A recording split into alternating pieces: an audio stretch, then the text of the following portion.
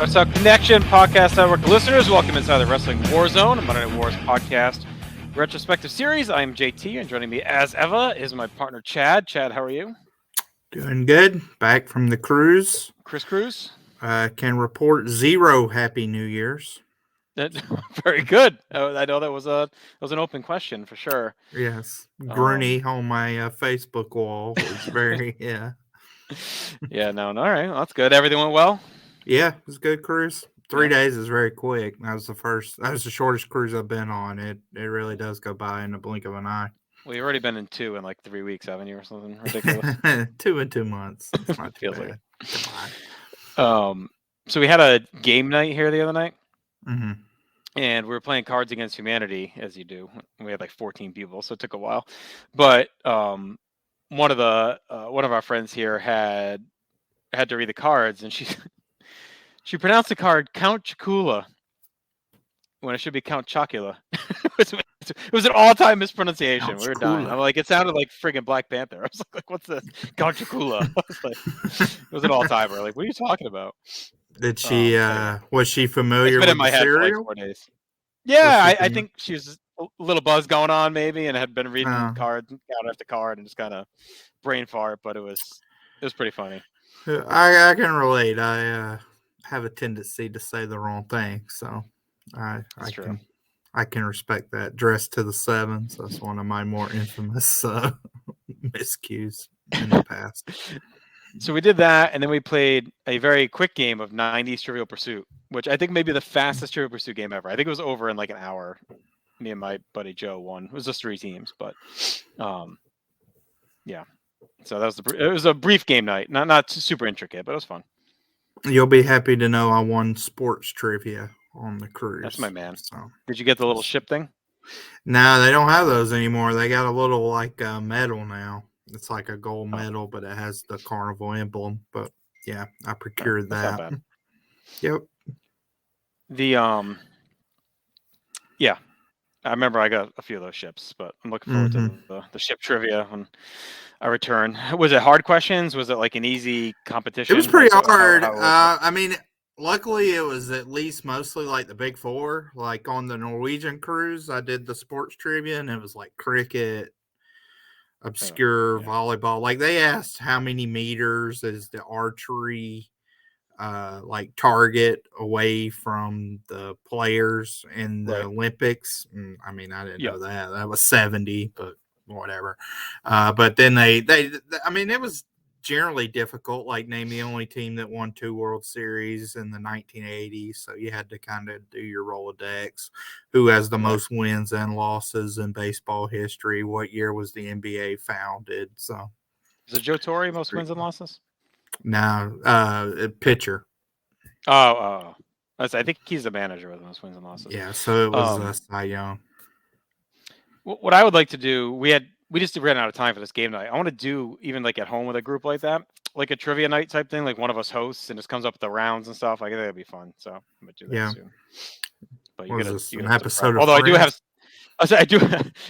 spreadsheets full of wrestling trivia from all these different shows we've done. I could bust out and see how many people get any right. Probably none right. Fly in Johnny Sorrow. He can host your game night at the house. I'll fly you in. You're my man on the street. MC. You run auction drafts and you can MC trivia night. Right. So, neighbor ended up winning. I think he lost in the playoffs, but he won the most points and first place of the season, by the way. So anyway, there you go. My team, I went 5-9. But I had the 3rd most points overwhelmingly and had the most points against me. I was aggro. It was the most frustrating thing I've ever been part of. Was that league this year? I was so mad. I knew my team was good. And you should have definitely kept Waddle over James Cook, correct? I think it would have been. Or Connor. Because Connor. It was Connor. But in the weeks early when I lost like my 6 of my first 7. And like those weeks, like it was like Waddle it wouldn't have mattered when I looked back at it. But I do have Garrett Wilson for $10 next year, so that's my big keeper. It's already locked in. I'm not even looking at anything else. Definitely, when you like eject out. This is my 2nd year doing no fantasy. It's amazing. Like I have no idea who was like the number 1 overall. Yeah, like last year you kind of knew just because Cup had such a unprecedented year, but this year, like I couldn't tell you who the top like 3 or 4 point scorers I were. think Jefferson was still way up there. Mm-hmm. For sure, but well, we'll see. Either way, that's that. That's why you're the perfect auctioneer. You don't know anything about it, so you were able to be agnostic in there. So, Right. all right. So let's start. We do have some solemn news. I guess Yeah. not peek behind the curtain, but we're recording this shortly after the news broke that Jay Briscoe passed away. Um, we're pre-recording a bunch because we both have travel stuff kind of right. So it is Sure. what it is. Um, so I mean, we're talking about a show from 1996, so we don't have to be live. right. Sometimes. But yeah, so it's pretty fresh news. So he's only 38 years old. Yeah. Father to multiple children, passed away. It looks, I guess, it's been confirmed as a car accident. Yeah. I mean, we're recording literally like 40 minutes after it was announced, so Right. seems like it's a car accident. We don't have any further details at this point. Right. Yeah, and I mean, it's one of those guys like you just see everyone on Twitter, like nothing's not that you'd be negative, but everything is just like super effusive and positive about the guy he was and the type of person he was. I'm not gonna sit here and pretend to be like super intimate with his catalog, but I've seen enough like to know he was great. I think you put it well, and you could talk about your comments in a minute on Twitter, kind of what he was like an indie stalwart. But I mentioned this in my tweet that one of my favorite memories is us watching him beat Steen at Hammerstein Yeah. WrestleMania 29 weekend, Super Card of Honor. That was my first Ring of Honor show. First time meeting you, D'Amato, Grant Owen. Like we were all hanging out Yeah. in that little balcony we snuck into. It was just like an amazing view. First time ever in that building. That match was great. I remember being shocked. Like I had heard of Mm-hmm. Steen, but not really Jay Briscoe at that point too much. But that is then the stretch of Ring of Honor that we were really intimate with. Like we watched. I recapped regularly for like a year after that. We were doing the Kevin Kelly stuff, so we were like super dialed in. So I actually saw like his entire title run up close because I was following Ring of Honor in those 2013 to 2015 time frames. Like my biggest Ring of Honor time as a fan. So, and I know he's had some great stuff this year. As recently as this year, right? With FTR and Yeah. all that. I So mean, he had my match of the year. That was yeah, unfortunately his next to last match ever. He had a right. House of Glory match, but um, Yeah, I mean it's super sad, obviously, and 38 it's like sickeningly yeah. young. I mean, it's crazy he's that young, first of all, because he's been around Yep. forever. I mean, he was in like the first Ring of Honor show in 2002, right? So, Yeah. I mean, the dude started super young, and it sucks. It was shitty news. It was shitty news. Yeah. I think a few things like it hit pretty hard. I think just because the way he was in the ring and kind of his persona when you see these carefree, like very reckless in the ring, like that's his persona. Very violent in some of his matches, took a ton of punishment. Yeah. I mean, honestly, one of the greatest bleeders in wrestling history, like his blade jobs versus Samoa Joe in their cage match in 2004 Yep. is amazing. And then when the Age of the Fall first happened with Jimmy Jacobs with the white jacket, he's bleeding on to Jimmy Jacobs. And even the first Ring of Honor show I ever saw was at WrestleMania weekend or WrestleMania 27 in Atlanta. And the Briscoes had an incredible street fight with the All Night Express, and Rhett Titus was bleeding, and Jay Briscoe, that's where he like spit blood into the crowd, and that match like stole the show there. So I mean, he was just an incredible performer. I think you think about in the past 20 years, like he started incredibly young. You can watch him in 2000 in ECWA as a 16, 17-year-old. Managed by heel Kevin Kelly, which is pretty funny. Right. He had something right away. And then the match that him and Mark had at the first Best of the Best and CCW, that kind of put them on the map. But he's someone that, I was born in 1986. He was born in 1984. Mark was born, I believe, 1985 or 1986. Mm-hmm. And when I first got that first West Side East Coast Connection comp tape that had all of those indie matches that were getting buzz, it was Danielson, it was Low Key, but it was also the Briscoes. That Yeah. Jay versus Mark match was on the first comp, and it was incredible. I mean, it still holds up as an incredible match to watch two kids at that time doing that. And he sustained that throughout his whole career. He's someone that, in my tweet, I talked about it. He's kind of a maverick in the indie scene, but he's someone that he he brought an updated move set into his repertoire. Like, it wasn't like he was dated, but his character work and the way he carried himself, I think, also would have played for sure in a territorial time. I mean, I definitely think if he'd have came around in the 80s, at the very least, he would have been a multi-time regional world champion, could have been in that Tommy Rich, that's an absolute floor for someone like him. I mean, he certainly had success throughout his career, but it's very tragic. It shows how fragile life is between him. I mean, he died tonight in a car accident, and Saturday, a UGA football lineman, as well as a recruiter, analyst, somebody that helps with that. They both died in a car accident too, literally hours after the national championship celebration. So it's been tough, a tough couple of days to really show how fragile life is. And that's, like I said, especially with Jay, because he seemed so carefree, very reckless. He seemed like indestructible in the way he wrestled a lot of times, like could take so much punishment. And it's a human, and it's a dad and a brother and a family member and a friend to so many that's now gone. So very tragic. Yeah, it seems like words coming out. Like they just mentioned it on NXT. Like, it just shows you what he's thought of, right? As like to them to break it like live on NXT, where he never. What did they have? Like, did they have like one match there or something at one point? Did they bring him in for something earlier this decade? They were signed, but then with everything going on, I don't believe they ever.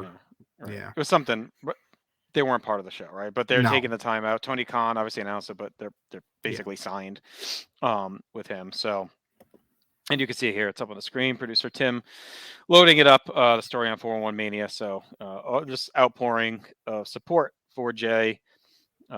Super sad stuff. Yeah, I mean, he's someone that had everywhere he went, he was successful. Like that Ring of Honor match you mentioned, where he beat Sting for the title. I didn't expect him to win that match at all. That was a great upset. I'll never forget. Like, he hit the J Driller, and it got a nice near fall. And then a couple minutes later, he hit it again, and you had that moment where I was sitting next to Scott, and I turned to him and I just said, he's going to win. Like, it was like this, like this, like, oh, he cannot just hit, because that was such a protected finish at the time.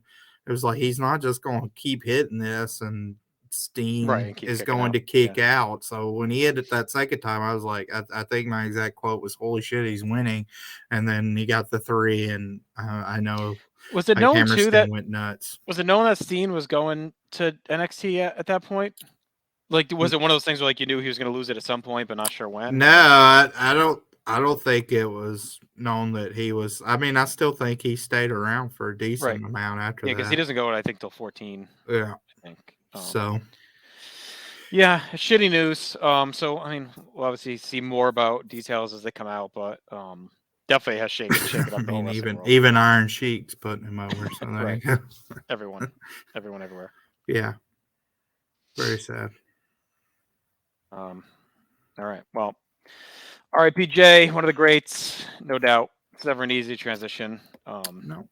But we're just gonna have to do it. So we're gonna move over to our topic of the night, and that is Monday Night Wars from December 9th, 1996. We're going to kick things off with Monday Nitro, Chad. But any Meltzer news or notes? Some pretty I wouldn't say a ton going on. So WWF has announced their partnership with AAA or Triple I. So we were wondering when that was kind of coming down the pike. It has happened. So that happened this week. I think it's interesting WCW's response to that, where Meltzer writes Rey Mysterio Jr., Psychosis, and Juventud Guerrero have all signed contracts with WCW, while Super Colo, La Parca, Volano 4, Halloween, and Damien have all signed letter of intent to sign. Eric Bischoff made a big play to get everyone signed immediately once he realized WWF and Triple I were in bed together, since most of the aforementioned wrestlers had contracts with So there you have it. Like that's kind of something we talked about. Like obviously the luchadors have came in. It's been interesting to track on Nitro, where there's been weeks they haven't been on the show. This is one of them. This is a week where we don't have any luchadors on the show. No Conan as well. No K-Dog. So you can see that kind of happening. A funny WCW note where Hogan is now on the road selling Thunder mixers, which are really cheap blenders. While on the road, he still does the Three Demandments gimmick. He says he hasn't changed, but wears NWO gimmicks and explains his deal by saying he got tired of all the politics in the big pro wrestling organizations and decided to form his own company. So there you go. And was the Foreman Grill out yet? That was the thing, right? By this point, no. When did that start? I think Pastamania and Foreman Grill have all happened, but somebody made. Yeah, Pastamania definitely. That was 95. That was with 95. The first Nitro. Yeah. And then first weekend of ticket sales for Starrcade after the little snafu with Ticketmaster. They had 6,582 tickets sold for 96,822. So only about 1,300 tickets left. It was a record advance for the Nashville market. So that's one of those weird things. Already worth it. Yeah. Yeah. I mean, it's a weird thing where it seems like, oh, okay. Like you see 6,000 nowadays when you see when Nitro or when WrestleMania and stuff goes on sale, and you think, oh, that's not that much. But yeah, I mean, it was a record gate for the market at the time. So beneficial. That was all I had on WCW. We got a couple of WWF tidbits. I'll start.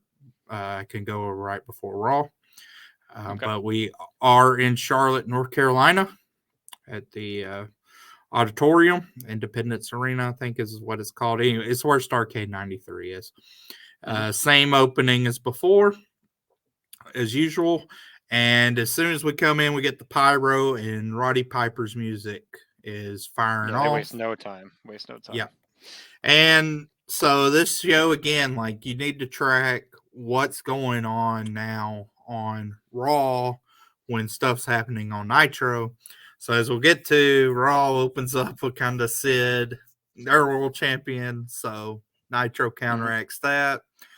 Only other big occurrence on Raw pretty much is Mankind versus Undertaker. And as you can see with Nitro, they also have a big counter action for that to end the first hour. So definitely going against it. But Piper's music starts up, huge cheer. He has a Carolina Panther shirt on. Piper says it's nice to be home. He talks about living in a Days Inn in Charlotte before it was pretty. He says he's still humble that they cheer for him. He says the last time they saw him, the NWO was pounding on his knee. He kind of jumps around on the knee to show that it's healthy now.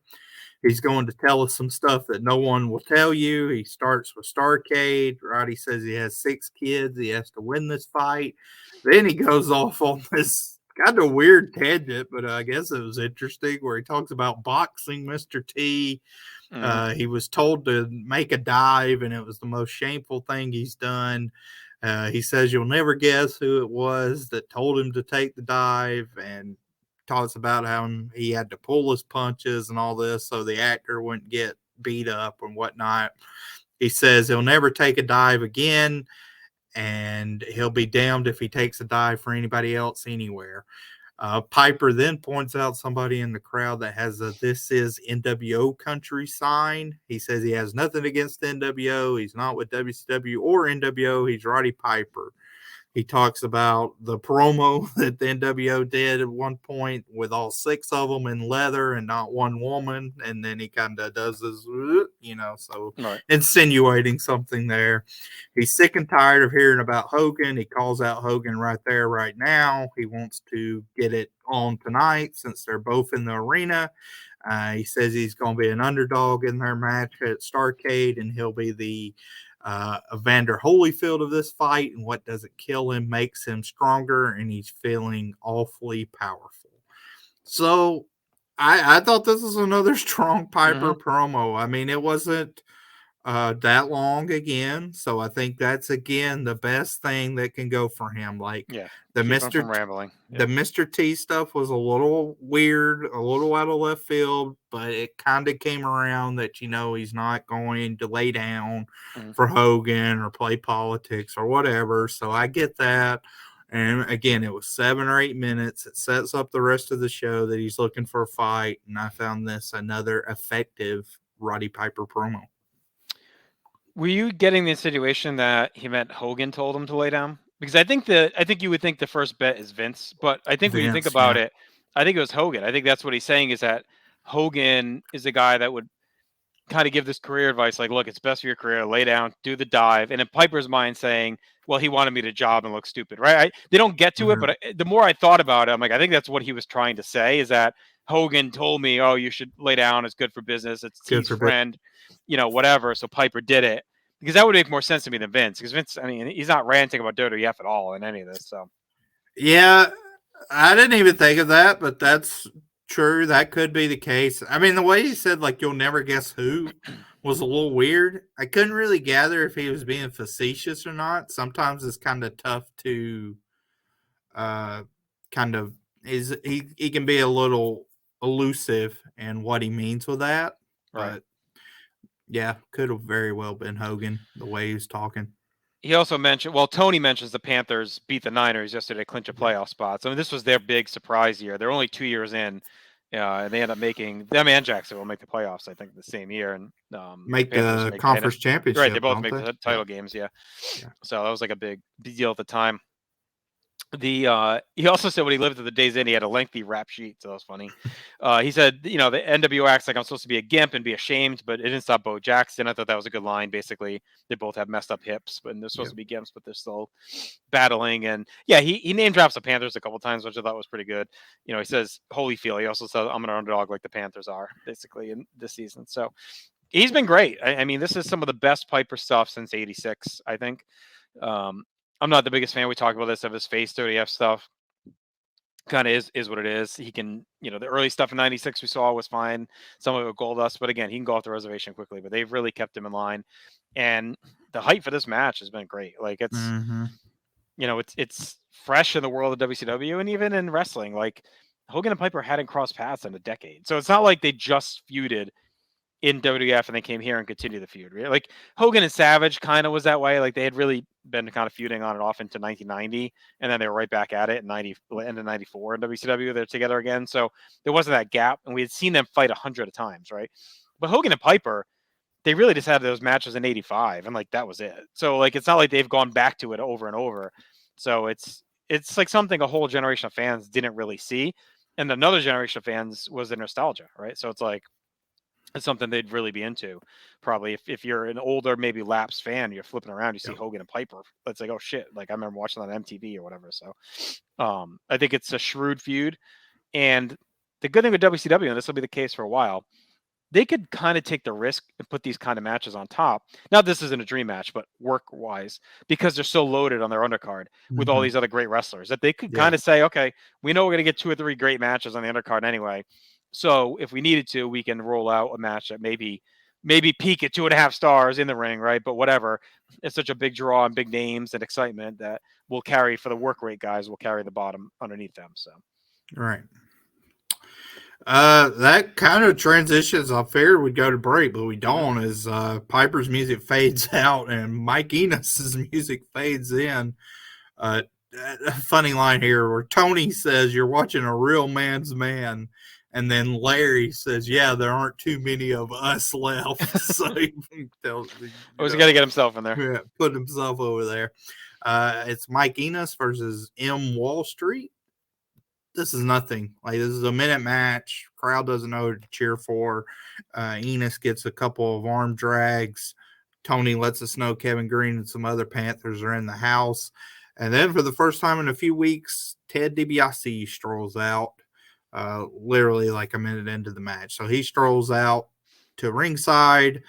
Enos is kind of distracted at this. So Ted has a contract in his hand, and Enos is looking at it. And then Wall Street comes up from behind, gives him the stock market crash, which is a terrible name for what the move is. So Wall Street ends up winning, and Ted ends up handing the contract to Wall Street. Wall Street kind of looks at it, smiles, and basically kind of stuffs it away, and Ted laughs, gives his ha ha as he retreats to the back. So Money Inc. rides again. I mean, as a match, this is a half star. But this was an interesting development. I knew this moment was coming soon. And I didn't know. Oh, I did. I should mention that. You know, we talked about when is NWO Nitro ever coming. Mm-hmm.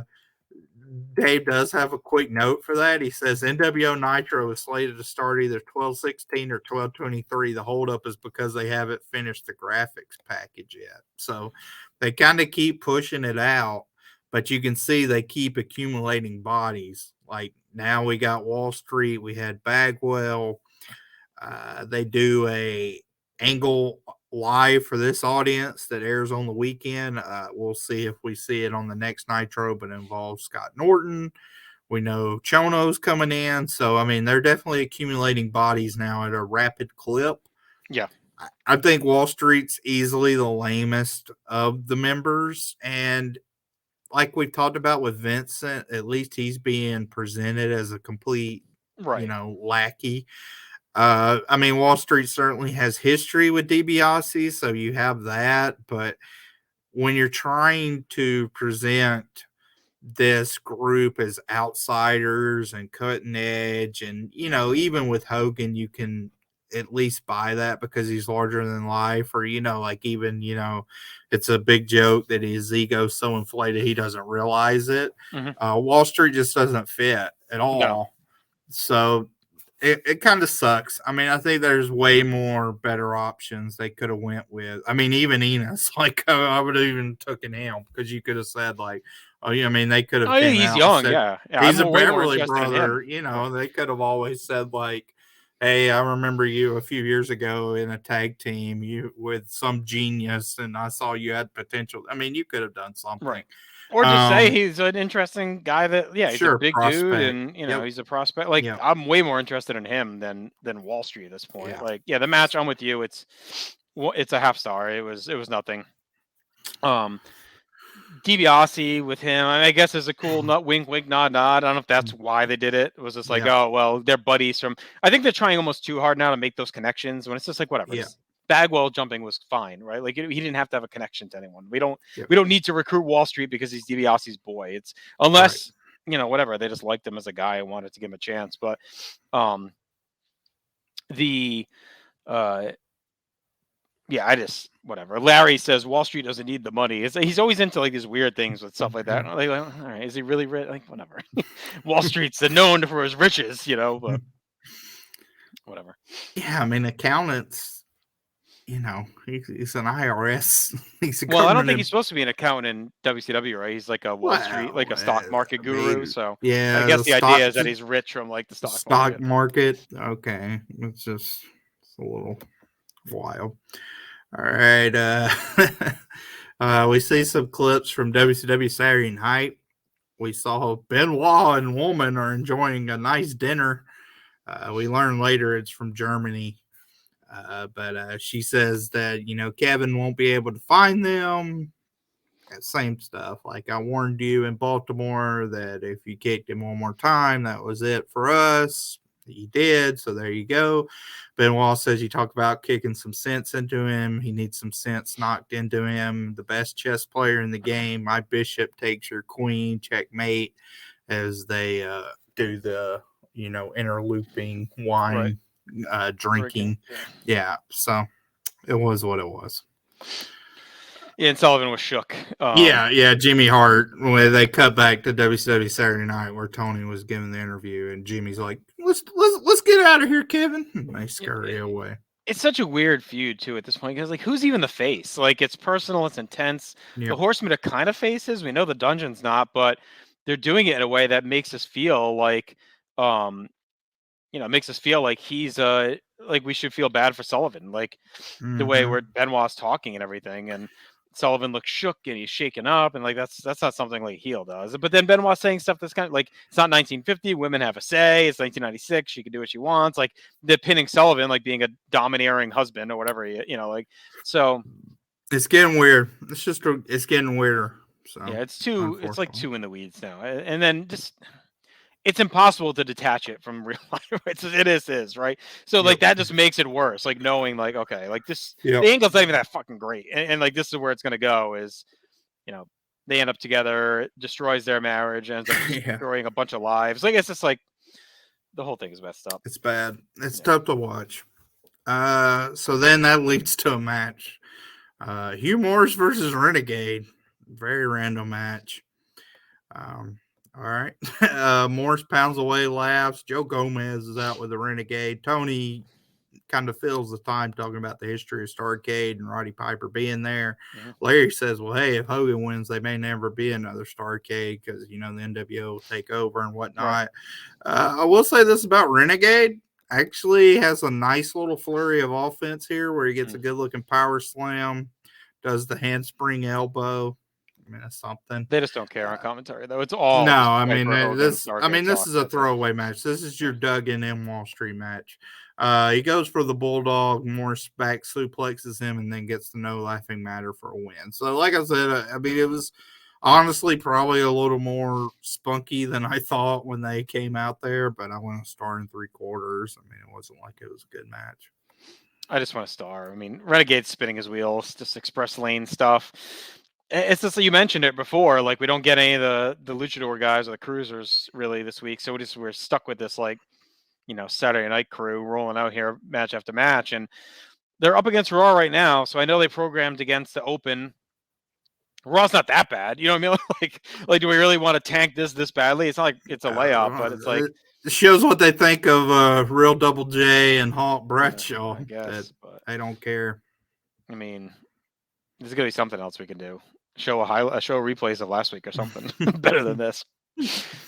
It's just two tough matches, and we talked about it quite a bit. It's like they have this huge roster, and I thought we were past this. I thought we were finally getting better undercards on Nitro, but it seems like we're back to where it was like July, August, where we get some of these stupid matches out there.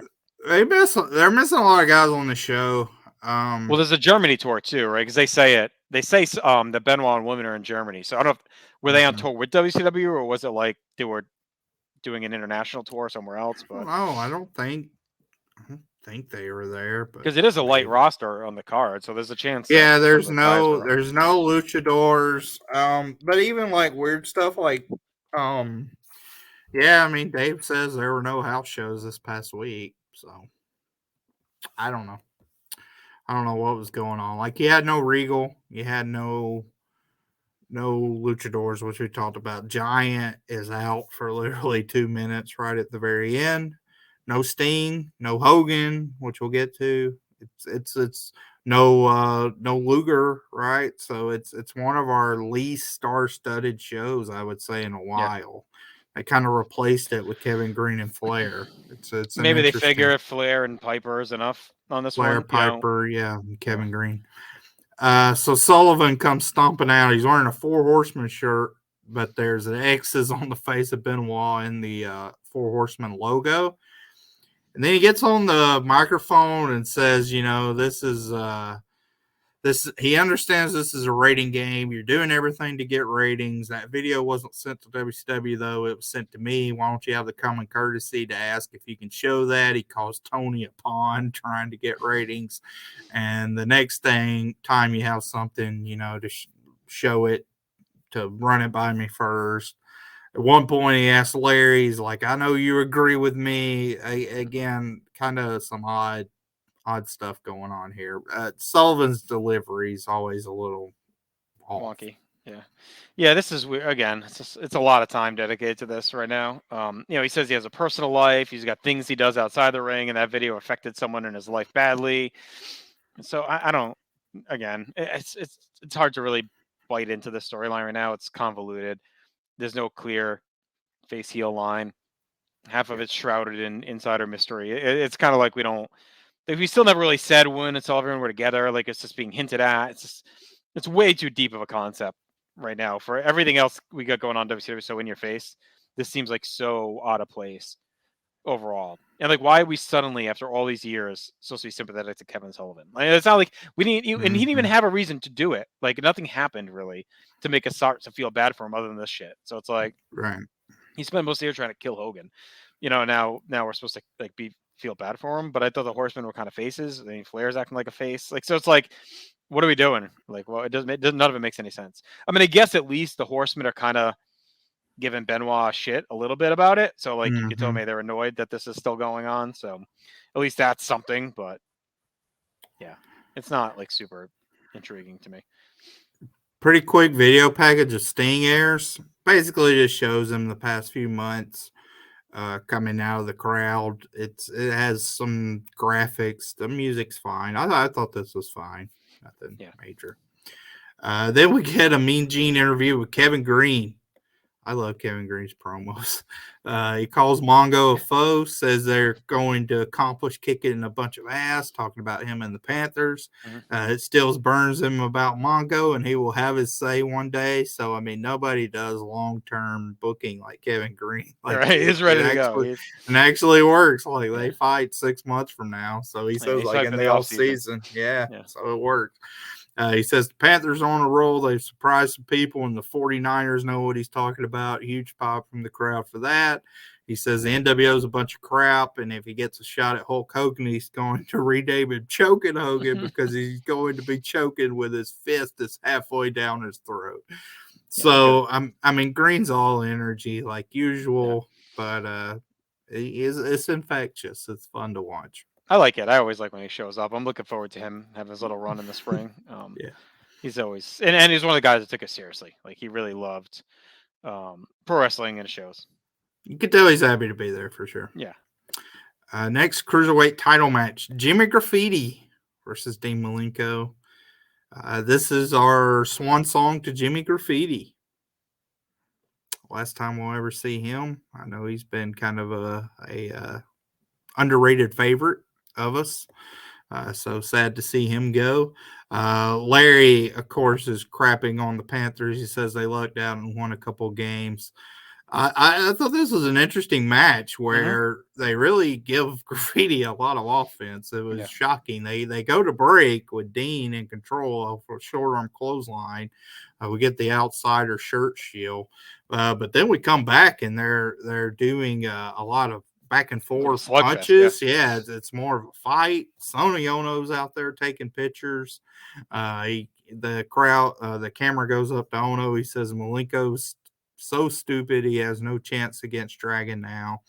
Back suplex by Graffiti, Grunt Rich. And then when they go to the outside, they had a really good sequence where Dean goes for a baseball slide. Graffiti gets out of the way, short arm clothesline Dean, and then stun guns him on the railing. That looked really hard and tough.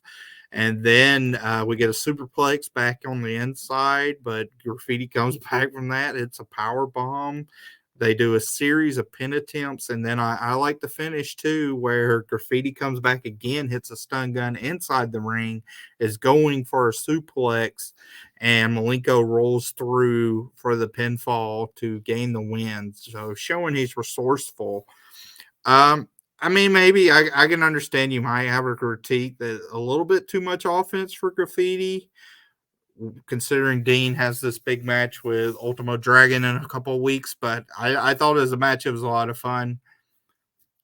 Sad to see Graffiti go again. Like, I think he's been a fun mid Carter that you can plug in. I think he could have been a good addition to the cruiserweight roster going forward. And so overall, I enjoyed this match. It was more physical and definitely went in a different direction than I anticipated coming in. So I went 3 stars. Yeah, I'm with you. I went 3 stars as well. It was a lot of fun. We've been up on Graffiti since he's been here for sure. Like I want to see more of him. I don't know if he ends up getting hurt or he's decided not to use him as much or He at got all. hurt. Yeah. Yeah, it sucks because he's been a lot of fun. He's like the perfect dude to roll out on Nitro for these 8 to 9 minute matches. He's a professional. He can serve as a base. He can bounce around. He's got a cool little look. So yeah, he was a nice addition here for sure. Tony mentioned the Clash of Champions is back in January. We're into our final year of the Clash coming up. This is it, our last two, which is kind of sad overall. The superplex from Dean looked really good. The sunset flip into the stun gun was good, and then the finish with the inside cradle I thought was kind of neat. It was a low-key banger. I mean, Graffiti can go. He's a perfect guy for TV, like I said. Malenko did his usual. He absorbed a lot of offense until he found a gap, and then snuck out the win. So, really good comeback cutoffs by Graffiti in there as well. Yeah, 3 stars. It was best match easily tonight for sure so far. Ono does a quick interview with Gene. He loses his Japanese accent right away, and Gene calls him out on it. He calls him a scam artist from the sushi bar. So, of course. Terrible. Ono says he speaks with a little accento because he gets free education and free housing from our country. Ultimo would destroy Malenko, who has belt envy. Gene says, "You know what you can do with that camera? I'll tell you later." So some back and forth there, but I mean, it's a bad stereotype character, so not great. Him faking it now. Why are we doing this? Like, what's the point? Like, he's already been presented as a heel well enough. Like, we don't need it now that he's a scam artist and faking accents to get benefits. Like, it's stupid. WCW Saturday Night, our lineup this weekend: Jim Duggan, Renegade, Joe Gomez, Jeff Jarrett, Dallas Page, Ice Train, Dean Malenko, and for the TV title, Lord Steven Regal versus Hugh Morris. So, not bad, not great. Then our kind of main event for the first hour of Nitro is the Nasty Boys versus the Faces of Fear. We see a lot of clips from that triangle match at World War III. And then we get a big brawl to start. We get the split screen, pretty chaotic action. I thought it looked pretty good. You know, kind of that classic sloppy nasties type brawl. Then the crowd erupts as the outsiders are on the entranceway with their belts. Nasties at this point are double teaming Ming, doing the make a wish to him. But Sags comes back with a power slam. Chair gets used on the outside on top of Sags from the Faces of Fear, and some club and blows by Ming. Faces of Fear on offense are just very violent. Big boot by Barbarian on the outside looks nasty. He goes up top and misses a dive. And then we get another, Pier 6 brawl where Jimmy Hart's on the apron. He tries to hit the megaphone shot off the top rope, but ends up hitting Barbarian by accident. Knobs has Hart by the tie and throws him from the ring to the outside on top of Ming, and that allows Barbarian to hit Knobs with the big boot that we actually miss on camera, and the Faces of Fear win. A couple things on this. I mentioned it in the last match that Jimmy Graffiti got too much offense, maybe on Malenko, but I gave that a pass. I was less forgiving in this match. I mean, I do think it was a kind of cool, sloppy brawl, but with the outsiders looking on, I thought that the Faces of Fear at points looked a little too weak versus the Nasty Boys. And even in this match, like, Knobs gets a visual pin and referee Scott Dickerson's out of position. I thought that was a bit much, where the Nasty Boys should not be getting bailed out based on kind of or the face of fear shouldn't be getting bailed out based on interference and Jimmy No. Hart and all this But going into the a crazy title. thing is they always look strong. Like, why this week are we not making them look strong? If you don't want the Yeah, nastiest a job, just have them beat some other. We got a million teams you could throw out there and put together. Bring the Rock Roll Express back, like whatever. Like, give yeah. me someone that they can just wipe up. You know, like why this week of all weeks are we having them go 50-50? I'm shocked the Nasties are still around. Like I cannot believe we're this late into '96 and they're still here. I know there's like rumors in '97 that they're gonna come back to WWF. Like that was all over the hotlines and everything else. But I just thought they were gone, and those rumors are out there. I didn't think they were still like actively in the tag division with the outside. Like it just Yeah. seems like two weird times, hitting up against each other. It's like when Haku was there for the invasion in 2001. That's like another one of those weird ones where he's like in the back and like Freddie Blassie's rallying the WWF guys, and like Haku was standing there with the big Ming hair. Like it's like it does those odd things where you don't realize the guy's still like just part of action. Like the Nasties being this deep into the NWO was surprising to me. The finish was kind of silly with Jimmy kind of hitting him by accident. I liked it as a trash brawl though. Like if you got to take away how they presented the Faces of Fear, like there's a lot of good strikes, hard shots. The Fiasco feel was a Face of Fear going towards Starcade. I thought the Nazis look good in it too. You and I have been kind of marks for the tag division all through Nitro so far. Yep. With like they don't do a lot of formula matches. It's either a brawl or kind of multiple heat segments. Like they're all over the place, which is cool. So I ended up going 3 stars. Like I actually liked the match as a brawl and a fight. I just, again, the booking of the Face of Fear could left to be desired, but the match itself, I really dug. Yeah, it was 2.5. I mean, I thought it was good just for what it was. Booking, I just thought was off. Big Flair interview. This is kind of our capper to hour one. So he gets a huge response. Talks about the Carolina Panthers. Then he requests Roddy Piper's presence. Piper's music flares up, fires up. Out he comes. He hugs Ric Flair.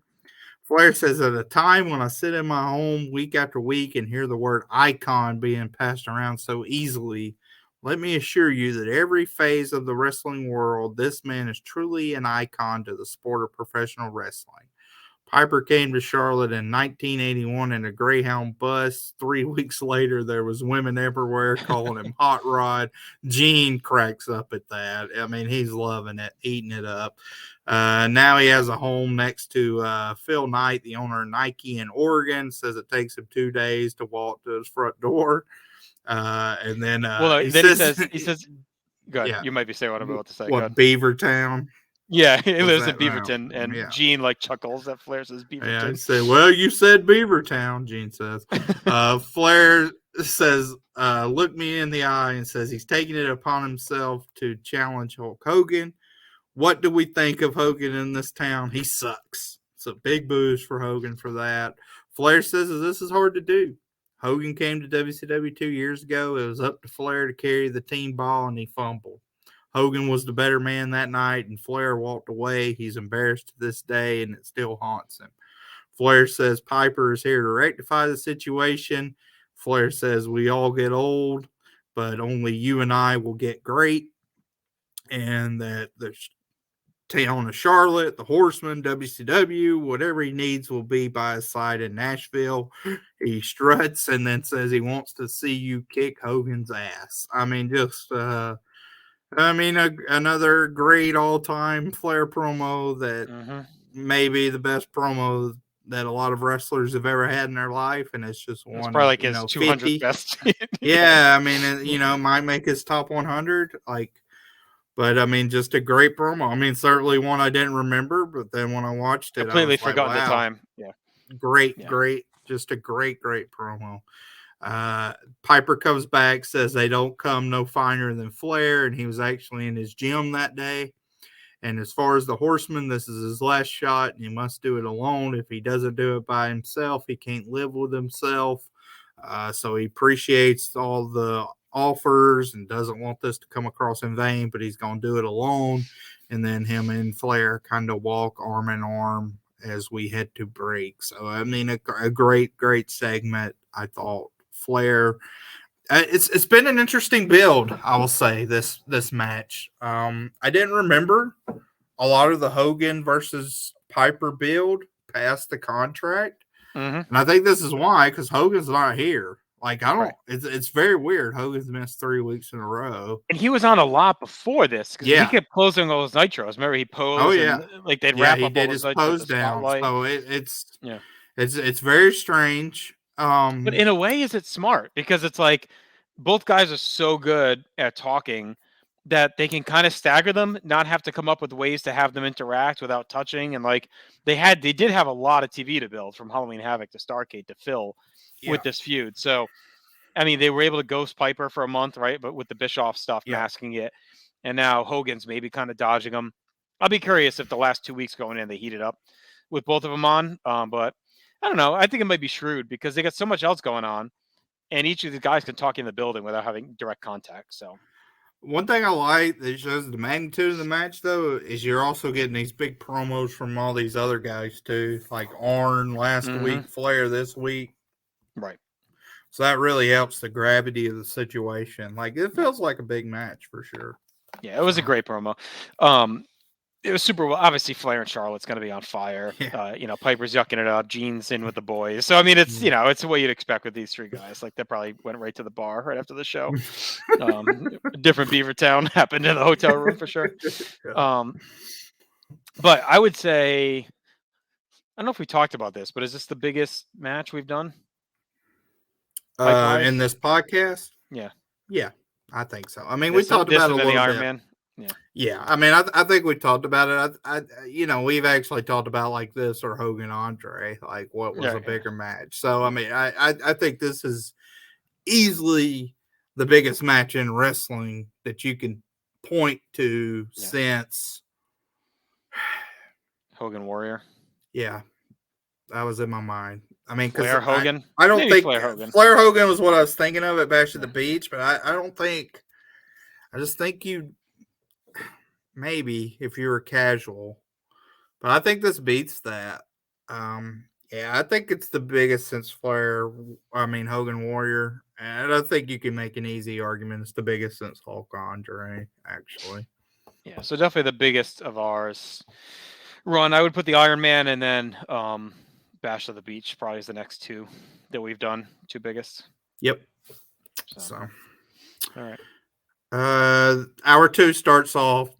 We've been talking about this transition with Tony now being the lead announcer for both hours. They get it right. This is the third week they've done it. So they just come back from break. Hour 2 starts off. Tony's already in the announce booth with Bobby and Tenay. It works good. Bobby gives a couple of thoughts on the Piper versus Hogan match. He says he never thought he'd say this, but he hopes Piper beats Hogan's butt at Starcade. So that works out well. And then we get our first match of the second hour, which is Chris Jericho versus Bobby Eaton. Bobby Eaton has some weird, very weird music that I didn't quite understand. While he's coming, it might have been a dub.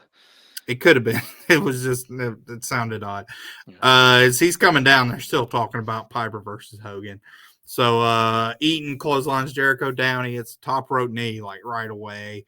Bobby Heenan on commentary talks about how he was at a party with Wade Boggs, and Wade Boggs assured him he either had to be there live or order the pay-per-view. He's fired up for Stockade. He's ready. Then we get some pre-recorded comments from Chris Jericho. He says everyone's talking about the NWO and the hostile takeover. The history of WCW will prevail. He showed everyone what Nick Patrick was made of, and when the time comes, he's going to give him some more. Jericho looks pretty good. I thought in this match he gets a good vertical suplex and a line salt, and then hits the missile drop kick for the win. So a short match showcase for Jericho. I mean, I'm a Bobby guy, so I like him as a base, and I thought he was able to hit his top rope knee here, so I appreciated this for what it was. I went 2 1/4. Yeah, 2 for me. This is actually a rematch. They fought on October 21st. I think that one's a little bit better. It was too short to get popping, but it was good while it lasted. I mean, it was definitely fun. I would rather have dumped one of those matches earlier. I get we got to keep Wall Street because of the angle, but we could have dumped the other one and just give this an extra like 4 minutes or something, and it would have been probably much better for the card. Eaton's good for this stuff too, right? Like we talked about Jimmy Graffiti, like keeping Eaton around. I know it's tough to see him, but it's like modern day kind of SD Jones type guy, right? Like just a guy that was a name, Tito, Tony even like Gurria. Gurria, late era Tito, like 92, 93 Tito, like something like that, Yep. right? He's name value, but he's such a good worker that he's gonna still put on pretty good matches, and it means something still when you beat him. So it's good to have those guys around. Yeah. An angle I'm getting a little tired of, the Steiners. they're back. We get a video package of everything going on with them. And then we get an interview with the Steiners. Rick doesn't know where Sting is. He could be in the rafter right now. We're waiting for a message, Sting, what's next? And then it just kind of ends. Like it's a weird, sort of a weird interview where it just sort of ends abruptly. We get nothing of Sting. I mean, this is the first week It in a felt while like maybe we don't have Sting. right. It felt like maybe it was we're tight on time kind of thing. Like they got the wrap up signal quick because one thing we know with Piper and Flair, even if those promos didn't seem long, they probably went over time. Both guys, I'm guessing, during those segments, so they're probably running a little behind now at this point. Yeah, that's true too. Although we have another thing coming up in a minute. That's like, do we need a third segment of? So we'll see. But a quick Luger video package to his music. So again, they're kind of, even though him and Sting aren't on the show tonight, they're keeping them in the back of your mind. Right. That's all that is. Craig Pittman kind of dusts off the mothballs and comes out. Yeah. Oh boy. With the Morse code, he's facing Arn Anderson. We learn Lex Luger versus the Giant has been signed at Starrcade. Then we get another weird Sullivan promo as this match starts from backstage, a callous Sullivan promo where he basically tells Arn there'll be nothing left for you. But I blame you, Arn Anderson. It was I don't know. Sullivan was on the show a lot, so way too much. It feels like it's like a 1995 show with him. With how much he's been on, it's like ridiculous. Heavy dose of the Taskmaster tonight. Pitbull is like actually beating up Arn pretty good as we head back from break. He gets a cross arm breaker, but Arn's able to make the ropes. And then they spilled it outside, and Deborah's kind of in the way, and Pitbull's like waving her off. And when that happens, Mongo has the Halliburton, hits Pitbull in the stomach with it, rolls him back in. And Arn gets the DDT to quickly dispose of Craig Pittman. So a star and a quarter for that. I went 2. Didn't they fight recently too? Wasn't there a match you really liked with them, or was it on someone else? I feel like there's another Arn match that you were like high on, and I thought it was maybe it was Arn and Lex. I'm thinking of. Oh yeah, Arn and Lex. I like that was a lot of good psychology. This was not. It's another Arn grinder. Just kind of works through the leg a bit. Whatever. I mean, the Mongo and the finish was good. Kind of slow. It still shows the Horsemen working together. I think the Sullivan stuff again is just too much. We do get the note that Teddy Long is no longer with Pittman from Tony, so I don't know if they're transitioning Teddy off because we haven't seen him with Jericho either. He's part of the Nick Patrick thing, and then now he's not with Pittman. We haven't seen Ice Train in a while, so I don't know when Teddy goes back to WWF. I know he's there by 99. 98. Well, he was with maybe? Powers last week, so yeah, he's still banging around. Yeah, I want to say he's definitely in WWF by 99 as a ref. I don't remember if it was before that or not, so we might still have him for a while. I went 2. It was just a typical Arn grinder. Pittman with the stash was quite the look, by the way. Yeah. Promo with Arn. He says Flair's here, Mongo's here, he's here, but Benoit's in Germany with Woman. If love isn't in the air, it sure does stick. If love is in the air, it sure does stick. Is it all my fault? Which I don't understand this. Like, why? Right. What could Arn be blaming himself about? Maybe bringing Benoit into the feud with the Dungeon and Sullivan and all that, and like introducing him to Woman. I mean, again, it's so layered. It's hard to know what they're talking about. Is it like Arn knows Deborah? I mean, knows Woman from their time way back in 1990 when she managed a Horseman, and he introduced her to Benoit. Like Arn did bring Woman in as the Horseman manager in 96. So like maybe early '96. Maybe that's what they're referencing. That it's Arn's fault that she's even in WCW now, and then Right. led her to Benoit. It's gonna be what They they mean, I guess. introduced each other. Maybe. I Yeah. mean, it was just weird. Deborah, of course, gets on the microphone. It says, I tried to tell you about that little tramp Nancy. She's wearing her tiara tonight to tell you that she's the most beautiful and the most intelligent. Beauty is power, and she is the most powerful horseman. Deborah McMichael, of all people. Mongo, you could tell he's kind of like, he basically wanted to say, shut up, woman, because he basically like, he I ain't no time for that soap opera. That's what he said. He said, this ain't no time to get caught up in a soap opera. He called, and then he has a preposterous claim where he calls Pittman one of the toughest wrestlers in the world, and you beat him on his own. Yourself. Beat him on his own. It's like, what is going on here? And then Arn ends it by saying, Benoit, come home, woman. I got a bone to pick with you. So Deborah's terrible. I mean, this was I'm not. Curious to see I'm curious to see if she improves. Because I mean, she's someone that has a run for 4 more years at least. So it's like, she becomes something. So I'm curious how she improves. But here she was she showed signs, but this was her worst performance in a while. I don't think it was bad. I don't think she even knew what she was trying to get across. But her saying so what we have spent horseman. We've spent 3 full segments of this show on this feud. Yeah. When are they even fighting again? February? It's like what are we doing? I know they fight at Super Brawl. I don't know before then. Yeah. I don't think before then. And even after that, I don't know if they fight again till the last one over the summer. You know what I mean? Like it's this freaking feud goes like 18 months. It's like enough. Yeah. Lee Marshall's in Pensacola.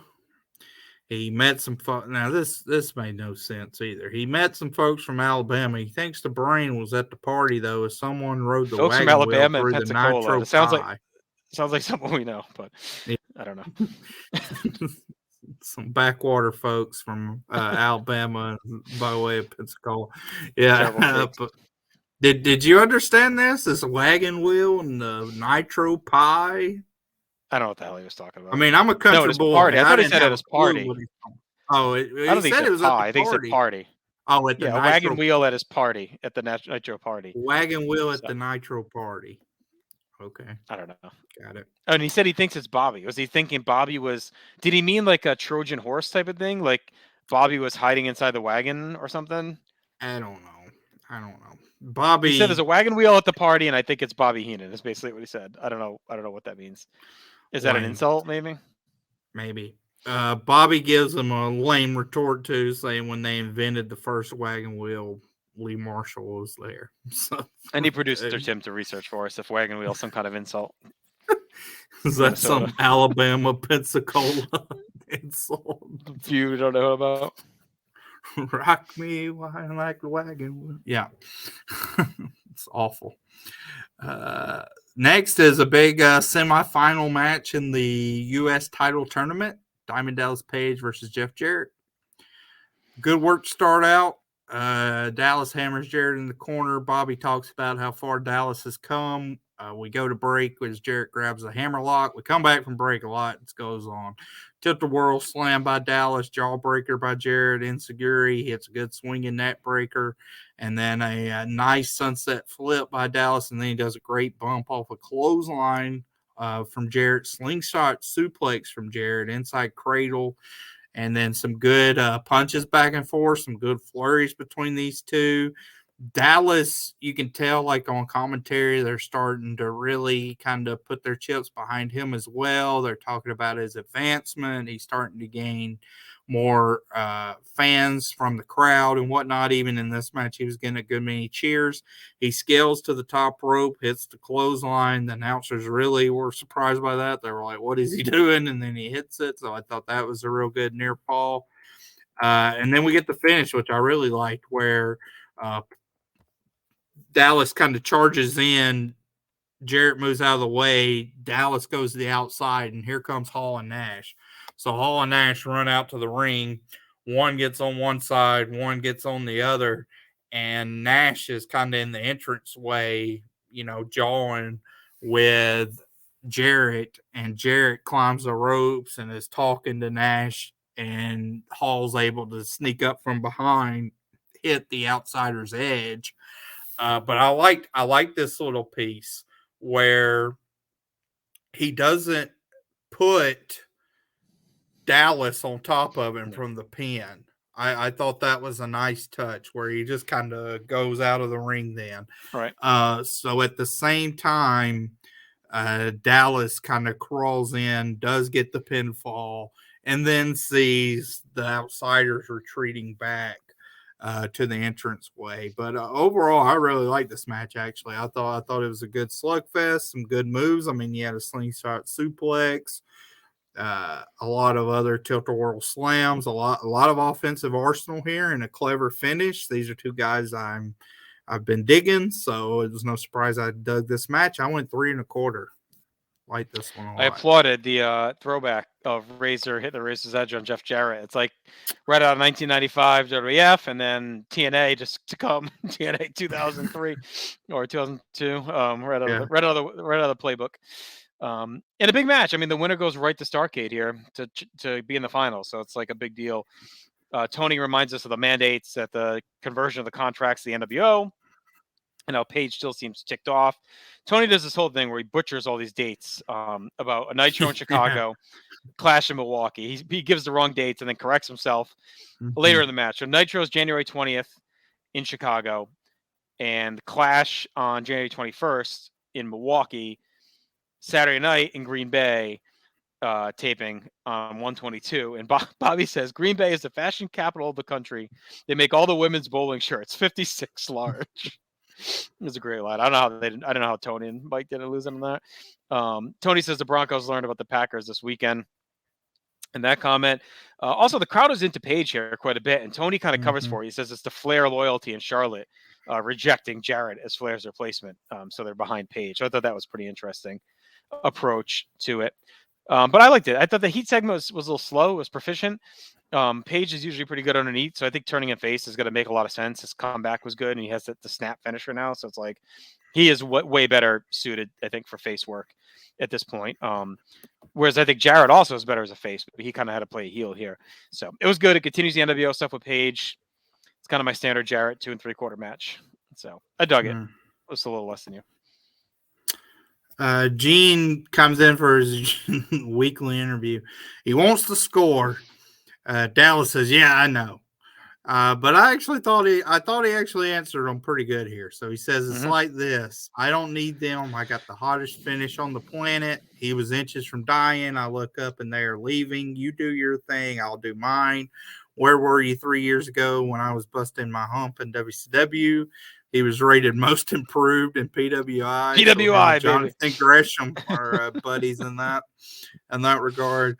And then he equates it to this weird. He says like it reminds him of a girl that he picks up at the nightclub. Next thing you know, she wants a membership. Stop calling me. Leave DDP alone. He would tell the same thing to them as he'd tell to the broad. He's a man who stands alone, self high five. And then Gene quickly asks him about the U.S. title. He says, no one wants the U.S. title more than me. So a good promo by Page here. And again, he gave a pretty definitive answer. I thought this is the closest we've got to him shooting straight. And it's like 4 or 5 months. Said you left me behind before, and now you want to be my buddy because I'm hot.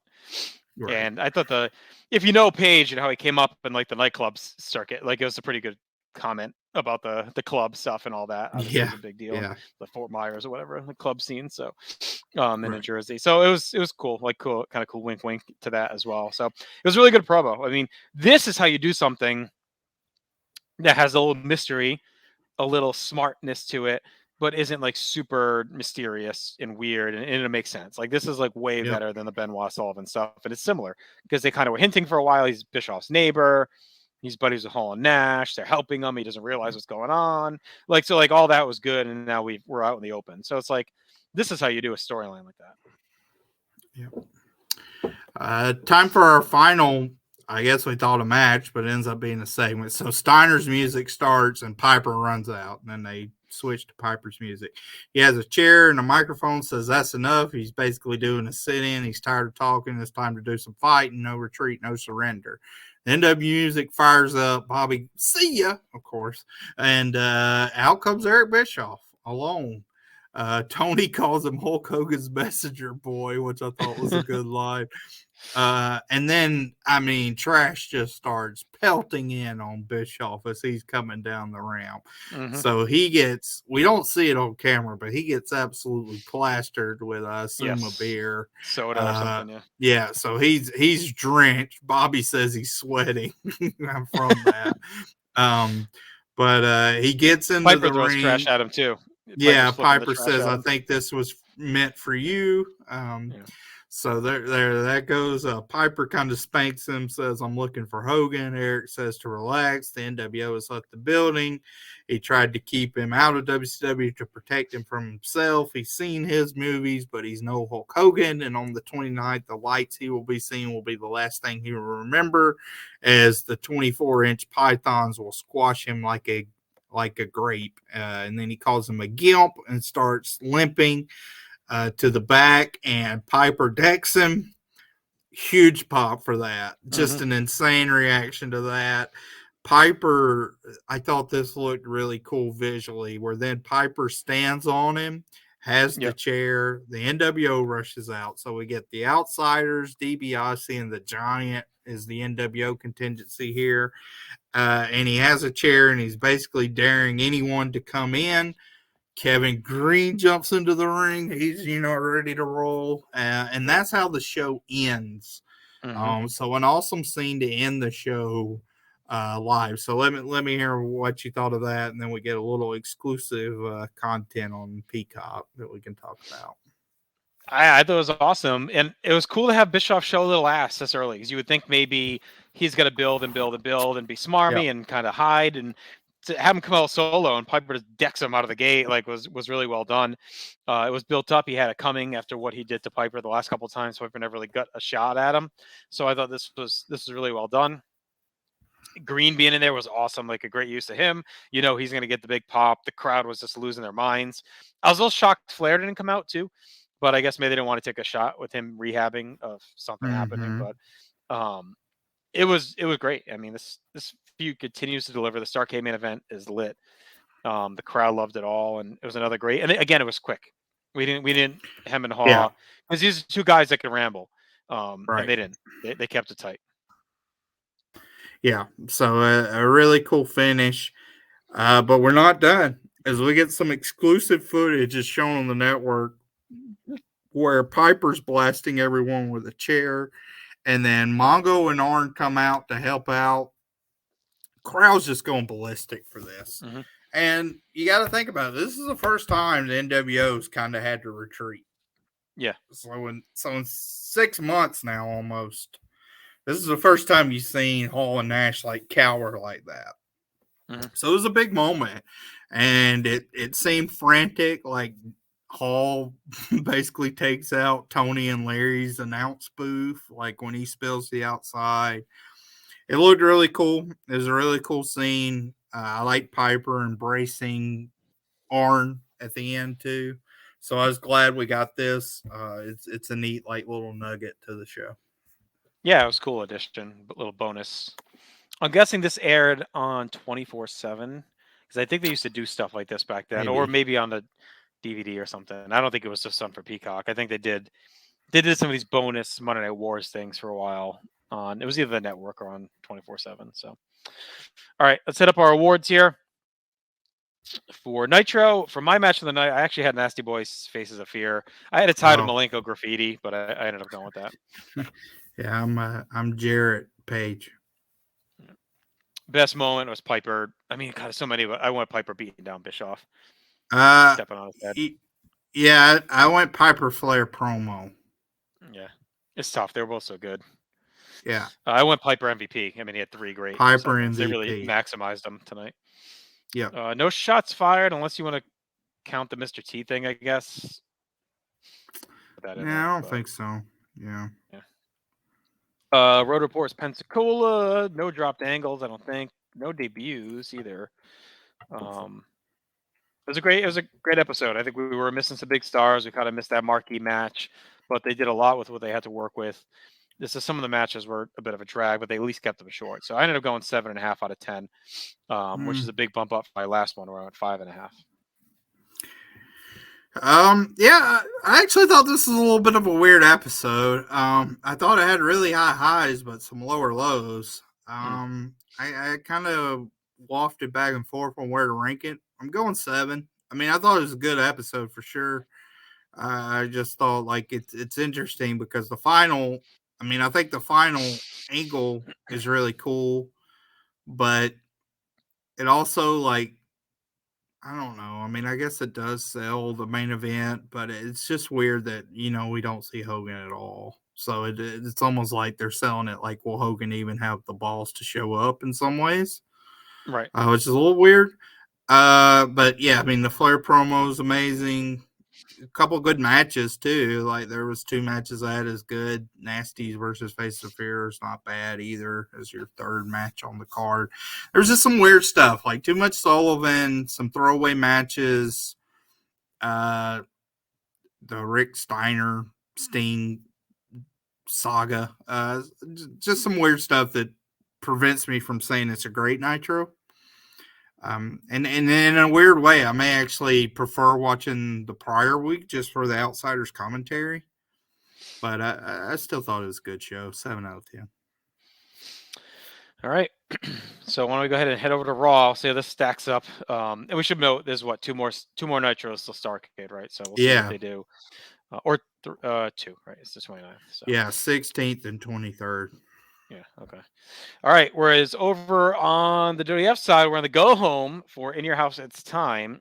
So let's see how they close shop up here. Our final episode in New Haven, finally. Did you want to hit those couple Meltzer notes before we get in? Yeah, so he talks about Shotgun Saturday Night, which is coming up. So Meltzer says, not sure exactly what the concept is for Shotgun Saturday Night, other than it won't be a traditional wrestling show. They've cleared somewhere between 10 and 20 stations, all in major markets, although they're still keeping nearly everything about the show secret, including the stations, the concept, and even the location will it emanate from. The belief is that it will revolve around several New York City nightclub locations, perhaps including the China Club, Webster Hall, Club Expo, and All-Star Cafe, and that AAA wrestlers will be appearing on the inaugural show. Supposedly, it won't be that much like an ECW show because the stations they are won't allow blood, chair throwing, or heavy violence. The show is expected to be pushed hard for syndication at the NATPE convention in January, and they're trying to make the Saturday night tapings the end thing to be at in New York City. So there you go. And then he talks about the buy rate of Survivor Series. So he says WWF's claiming a 0.8 buy rate for Survivor Series, which is well above the early estimates we'd heard. We heard independent sources estimates vary from 0.48 to 0.65, and most independent accounts placed a figure at roughly the same as what WCW did for World War III. I mean, when I did my research, it looked like everything kind of confirmed that it ended up being around the same as World War III. So I think they were over exaggerating what the buy rate was. Surprise, surprise. Yeah, that's Shotgun's interesting. I guess we'll talk more about it probably when we get to early '97. I remember the first episode aired on Fox Boston, which you could get in parts of Rhode Island. I didn't get it in my house. It was like a line like across the state, like closest to Southern Mass. They got also got Fox 64, which is the Providence Fox, and Fox 25, which is the Boston Fox. So some areas got it. I happened to be staying over my aunt and uncle's house in Cranston the night of that first Shotgun, and I actually watched it. It was on like at midnight or 1 a.m. or something crazy. I stumbled into it and I'm like, oh shit, because they had Fox 25 when I didn't at home. I think eventually Fox 64 picked it up as well, but that first one was a shock. I remember being like, oh shit, like this seemed really cool. And I have a tape of the rest because my buddy Jim was in the Fox 25 territory, so he recorded them all. So they're cool little it doesn't last long that they do the bar thing. I think it's like 6 or 8 weeks, and then they kind of shift to the tape it before Raw deal once Raw moves settings. But those 6 to 8 weeks were kind of cool. Like there's some cool little stuff on there, and it's very different than anything else that they had going on. So We could talk more about it as it comes up, but Yeah, I know I I mean, the never first one, watched any of Marlena. it live. Yeah, that was the only one I think I really saw live. Maybe another one, but Marlena flashing her tits on the first episode was like the big selling point. So, all right, let's get right in. We get the video recap of the Undertaker Paul Bearer issues all throughout 1996. Because tonight, Undertaker fights Mankind, no holds barred. I don't think we need to get into this. We talked about it quite a bit. It's like this should have been probably in your house. Yep. They should have done execution at Survivor Series. Like we've talked about all the Yep. permutations here of this feud, but we're gonna get it tonight. It likely should be the blow off, I think, of this feud that began back in April. So we'll see. We get right into our opener, and that is Psycho Sid defending his world title against Hunter Hearst Helmsley. We cold open the arena. Sid is out. Great presence as always. Vince says Sid is leading the WF into a new era, but JR thinks his big match against Bret Hart on Sunday could be a change. Now I should clarify, he's not defending. It's a non-title on both ends, but he is out with his world title. Ross talks about Hunter as a comp for Bret in the ring as a prep for Sid. I thought that was quite the comment. It's been a chaotic year for Hunter, but I guess he's closing out kind of strong. Sid comes in the aisle. He attacks Hunter during his entrance. He's slugging away, throws him in the ring. Sid hammers away as Vince asks Ross if Sid is sending a message for Sunday. Sid press slams Hunter, shoves Hunter to the floor after he dodges a boot. Sid hot shots Hunter on the railing as JR says Sean will be on commentary for the main event on Sunday, so it could be volatile. Sid shoves Hunter back inside, buries him with a choke slam, loads up the power bomb. Ross says Hunter almost lost his title back on Superstars this past weekend. Sid smashes Hunter with the power bomb, but Hunter rolls to the floor, crawls away, and gets counted out. And Ross predicts Sid will submit to Bret Hart on Sunday. Just a squash. I don't get it. Shocking treatment of your Intercontinental Champion. Weak finish. Like he just got destroyed. It's dominant for Sid. It looks great, but why are we using Hunter? You got a million dead bodies on this roster, including one in the next match that you could have used for this, and have Sid look like a monster. I mean, I get maybe you're saying like, look, even this guy he's killing, and like he could beat anyone, but it's like why Hunter's taken so long to get back on track. He's really just been back on track for like a month and a half at most, and he didn't look great at Survivor Series. Like he hasn't been presented super well at all. We finally dumped Perfect, and now he's like getting killed by Sid. So I went 1.5 for the squash, but the booking here made no sense to me. Same. A 1.5. I was kind of infuriated by the booking. I don't know if the Intercontinental Champions ever looked as weak as right here up to this point. No. Like, just seemed blatantly out of place. King kind of tries to justify it by saying he was attacked in the entranceway, but I mean, he was dominated. Like, he gets choke slammed, lays out for 20 seconds. Sid's calling for another one, then decides to just power bomb him. And I mean, even at the end, like Hunter bitches out and retreats to the back. So I thought this was very egregious in the handling of your Intercontinental Champion. I didn't understand it from any booking standpoint, especially because, I mean, Hunter's defending his belt. So what did I don't know. I thought this was really dumb. 1.5. Yeah, I don't. I mean, you want to hype Sid for Sunday, but Hunter, again, like you said, is defending his belt Sunday. So you have so many useless warm bodies on this roster right now. This like eating up space that any of them could have jobbed. You could make a case that like Hunter, besides, I mean, like of all your heels, like maybe besides, I mean, I guess they still consider Austin a heel, but besides Austin, Bulldog, Owen, Mankind, like he should be the most protective. So there's only 4 or 5 more. Just we're gonna see Goldust in a minute. Throw him in there. Let's destroy him. Like whatever. Or how about Sal Sincere? We talked about him a bunch, right? Like just have him get killed. Like who cares? It doesn't matter. I know they were trying to use it to sell the show, but you already got Taker Mankind's on the show. You didn't need to stack it with another champion versus champion match or anything like that. I would appreciate more interaction between Brett and Sid. I mean, we talked about it, but they literally, like, we see stuff from the London House show the week before, and Brett does a promo, but they're in this New Haven Coliseum taping, they did not do any face-to-face or nothing. It's crazy. It's just crazy. They knew it was happening because like they say to Survivor Series, that the winner of Yeah. Brett Austin's going to get the title shot. So it's not like they Yeah. didn't know when they did the taping and it was going to change or something. Right. It's odd. All right, we get highlights from SummerSlam of Undertaker Mankind Boiler Room Brawl. Then we head right back to the ring as Goldust is out with Marlena to take on Bart Gunn, a chatty favorite here in 1996. Yeah. We find out Bart was close to beating Hunter on Superstars for the IC title. JR says Superstars one of his best ever calls. He got cards and faxes from fans, and as a result, he's going to stay here in the booth all night tonight because he's riding high off his great call on Superstars. King is sad about that.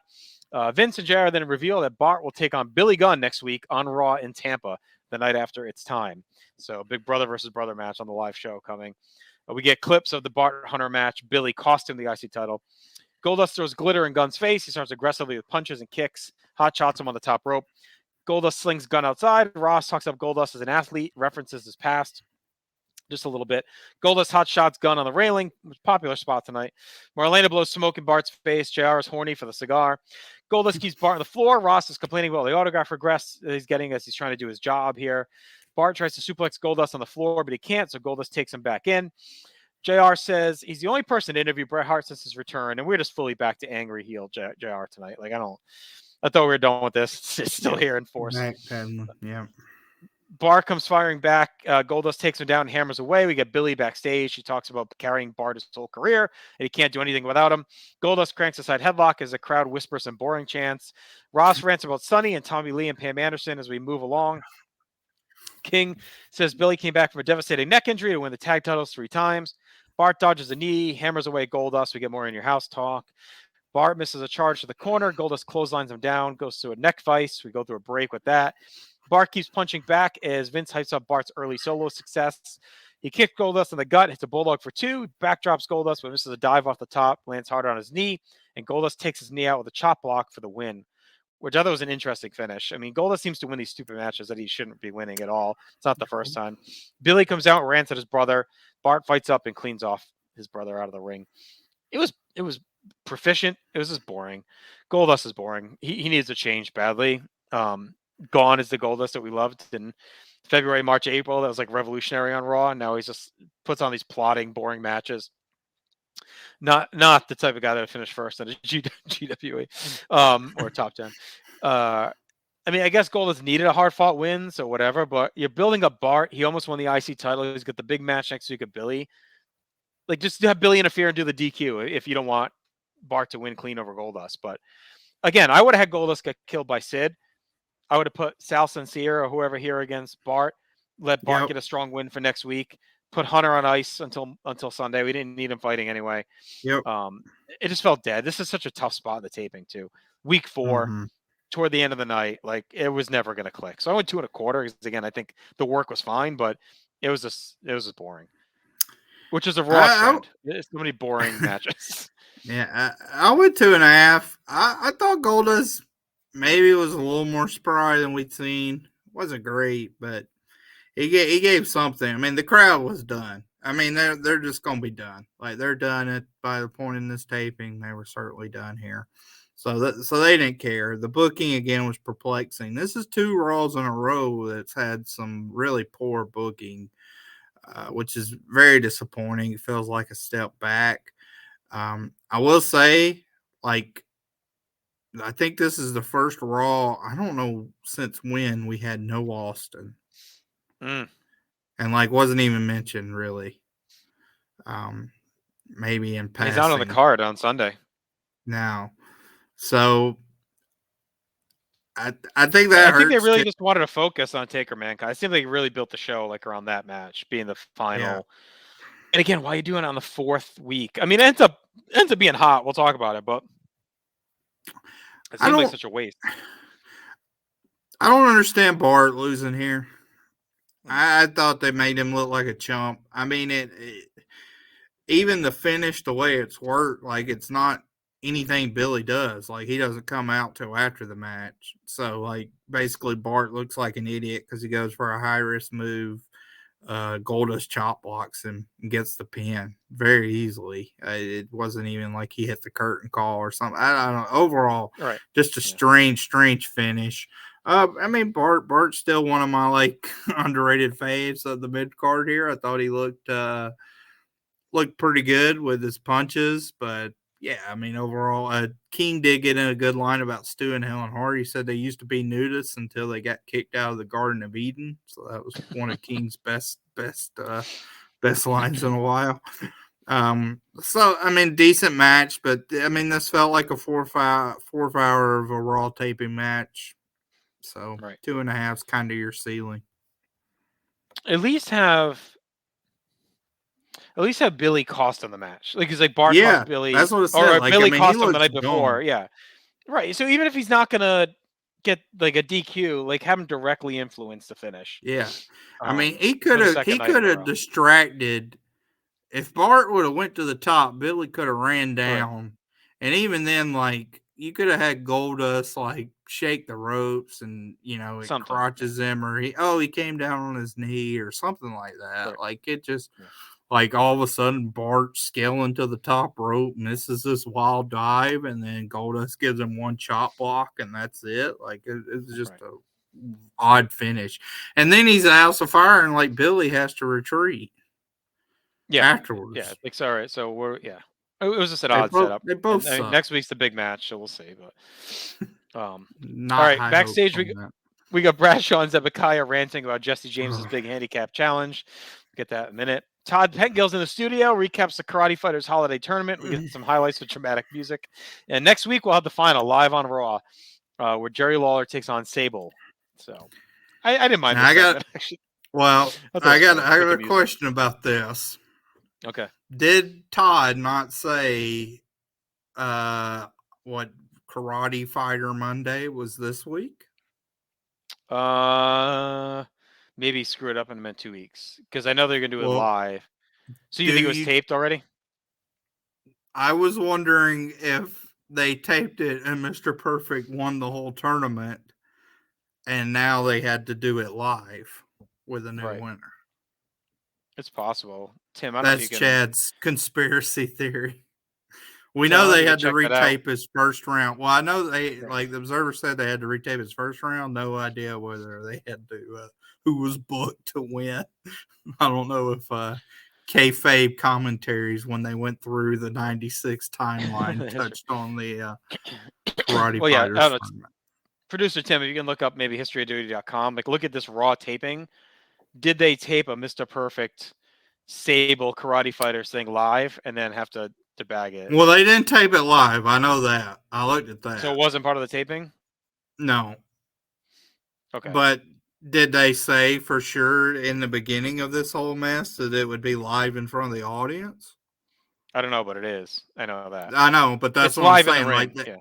Like they could have just taped it with everything and then changed else it on the fly. And then, but why would they have left Todd saying next week though? They knew by that point because they reshot. I don't know. I think he said something like Karate Fighter Monday or whatever. But it's like, why did we need a week of hype? Yeah, I'm ready for this to be over with. I mean, it's I think I just wanted to do it live and make like a big deal, out of that Raw. So it may be cute for a week, but I think this is one of these things that, like, if you're a WWF fan, like you kind of have fond memories and nostalgic of this, and then if you watch it week to week, it's like, all right, like. It's funny to say, like, I remember when they had the little Karate Fighters tournament, but I mean, we're up to 15, 18 minutes committed to Karate Fighters. It's kind of stupid. I'll say this though, they turn the final into an angle at least, so it goes somewhere. It's not just like there we go. Away. So it's something. All right, to the ring we go. We have our handicap match built from last week as Jesse James, a real Double J, takes on Justin Hawk Bradshaw and Uncle Zebekiah.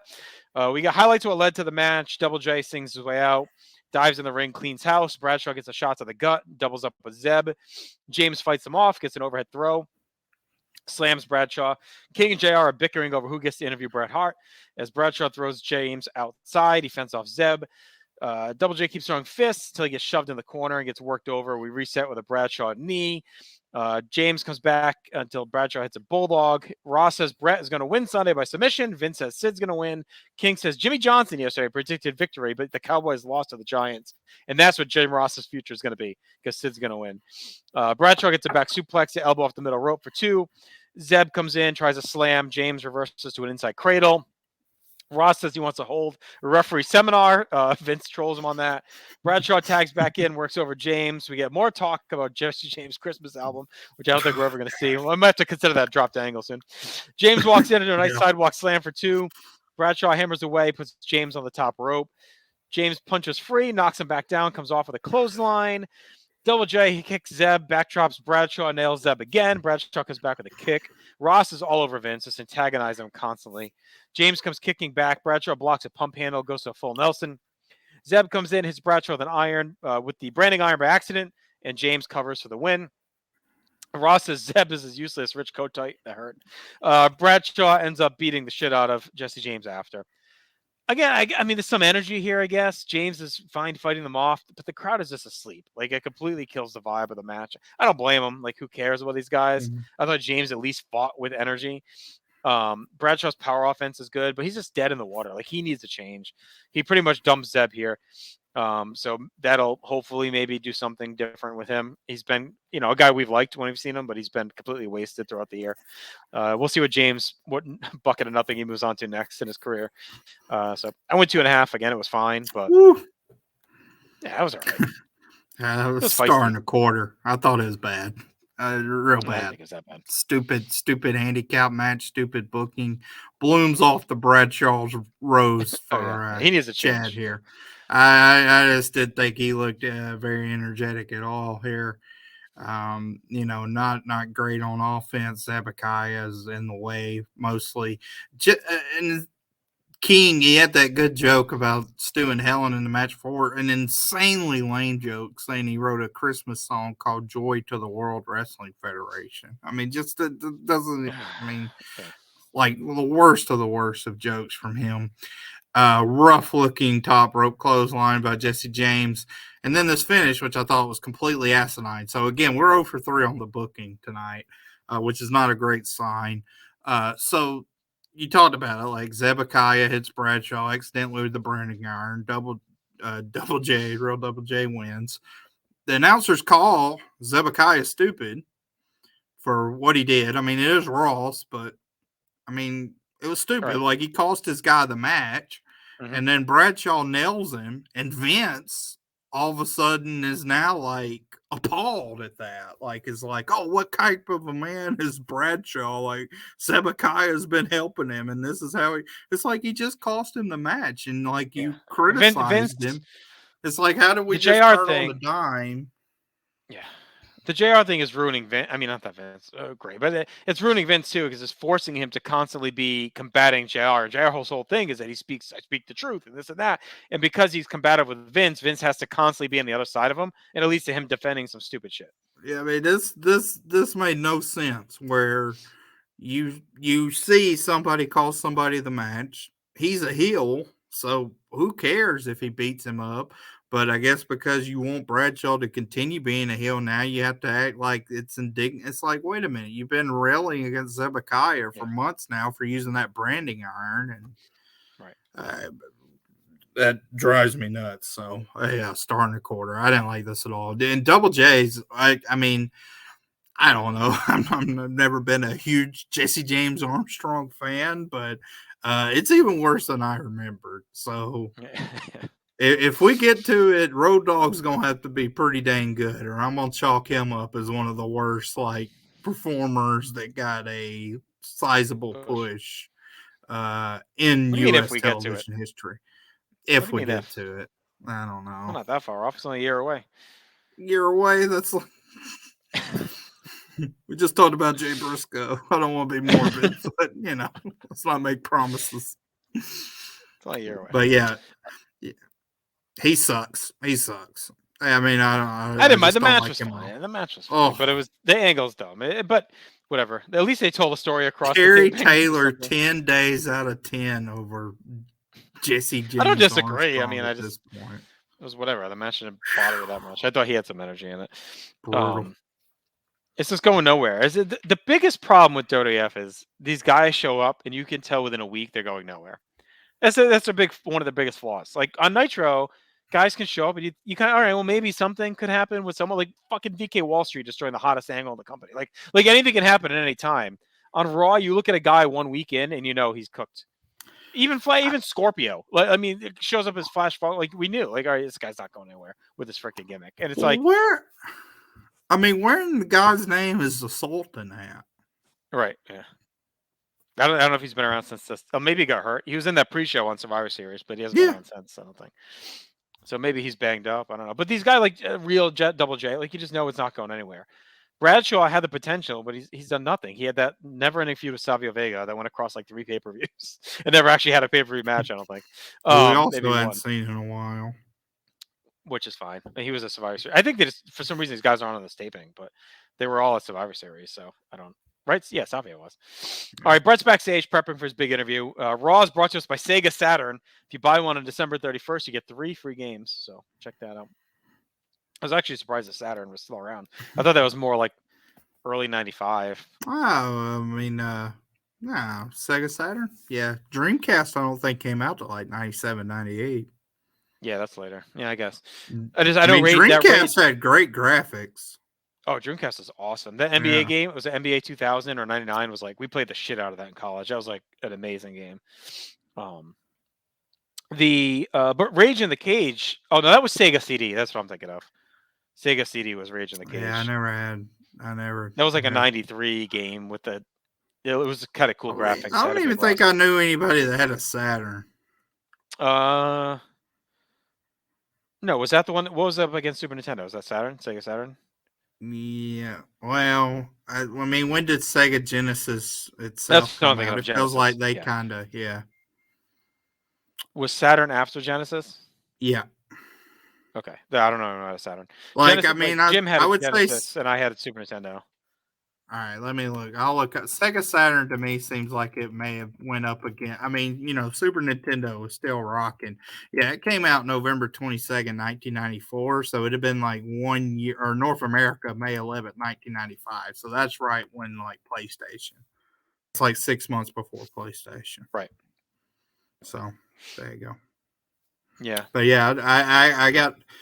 I mean, we talked about this, but my lineage goes PlayStation, Nintendo 64, Xbox, PlayStation 2, etc. So, yeah, I never had the N64. I was all Nintendo until PlayStation 1, and then I've been all PlayStation since. That's it. I never had I never had a Sega system. I just played the Genesis with my cousins, and then the Dreamcast. My buddy Eric had it. So. Well, it's cool having the 2 different versions of Raw, because I had Super Nintendo and Jim had Genesis, so like they had the 5 different characters in each. So he'd come over to my house, we'd play Super Nintendo version, and go there and play their version. It was all different guys in that one. I think Super WrestleMania had different guys too. Yeah, I don't know. I mean, the first game that I really remember is WCW NWO World Tour. So. First wrestling I had gone through like probably 5 or 6 by then already. I remember that came out when I was probably 11, I would say. Yeah. Yeah, because the first WWF game, WrestleMania, I didn't play until like later. I went back and played it. But WrestleMania Challenge was my first big one. That was on regular Nintendo. And the Steel Cage Challenge was the huge one. I was like dying to rent when it came out and then bought. Well, let me take that back. WCW Nitro, I think, came out before World Tour, right? No. It was World Tour. Sure? No, it was WCW versus the World. That was 95, 96. Yeah. Okay, yeah. WCW Nitro was 98. Yeah. That was later. WCW versus the World. WCW versus NWO World Tour was the one that I'm Revenge or whatever. What was Revenge? Was that the next one? Revenge is later. Yeah. Those 2 were awesome. I mean, that started the whole Aki system. Oh, yeah. Then No Mercies, like, in WrestleMania 2000. Yeah, WCW NWO Revenge. It has Goldberg on the cover. Like, legit, it and GoldenEye is probably the 2 games I've played the most, period. Yeah. WrestleMania 2000's up there, but I would say Revenge has it beat. Having those games in college when you had nothing but time to kill was like amazing. I mean, Adam and I just played. I have so many creative guys from like WrestleMania 2000. It's insane. We made so many guys. He had the ECW game too for PlayStation, which is basically like Raw rebuilt, and we built up that roster too. So I'm looking at Make WCW guys versus that have the Royal World. Rumbles. Yeah. WCW versus the World. I did have producer Tim helping us was out here. one. So on PS1. Yeah, so, there we go. Yeah, that one was sick. So and he says the only mention on History of WWE Combat Karate Fighters was the Fort Wayne Raw, so that was it. So nothing else live, nothing on Wagon Wheel. So catching up on some notes. There we go. Good notes. Yeah, WCW versus the World. That was PS1. I don't remember that at all. Yeah, I thought that was N64, but I know I had that on PS1, and I had because Nitro. They had the Starrcade '95 guys, didn't it? Like WCW versus the World was like based off of that. Yeah, I think.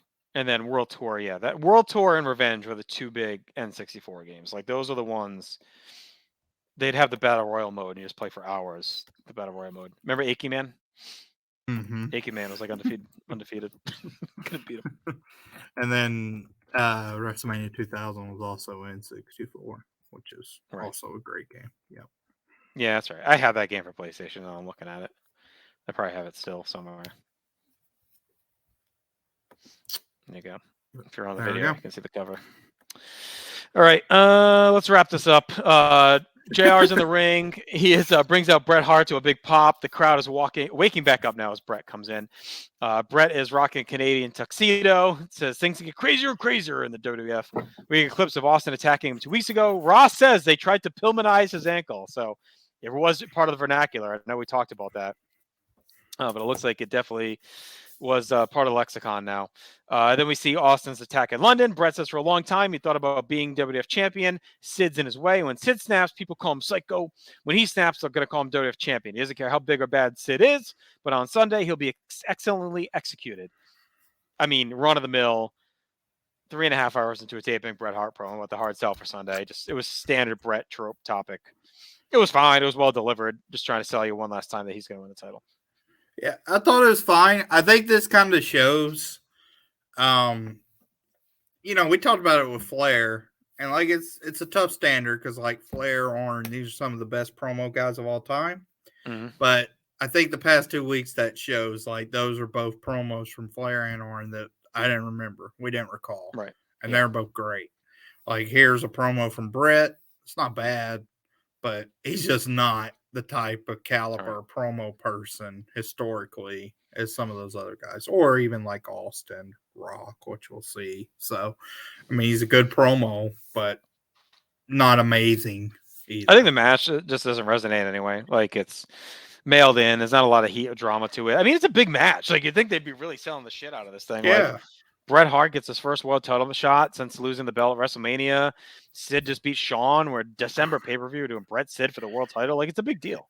It really feels like a match where the winner should be in doubt going forward. Like, I don't think going in you would know who's winning because, I mean, I don't think Bret versus Shawn at Rumble that, like, insane to think about because they're trying to sell out the Alamo Dome. So you got to think they're trying to have a big match for that.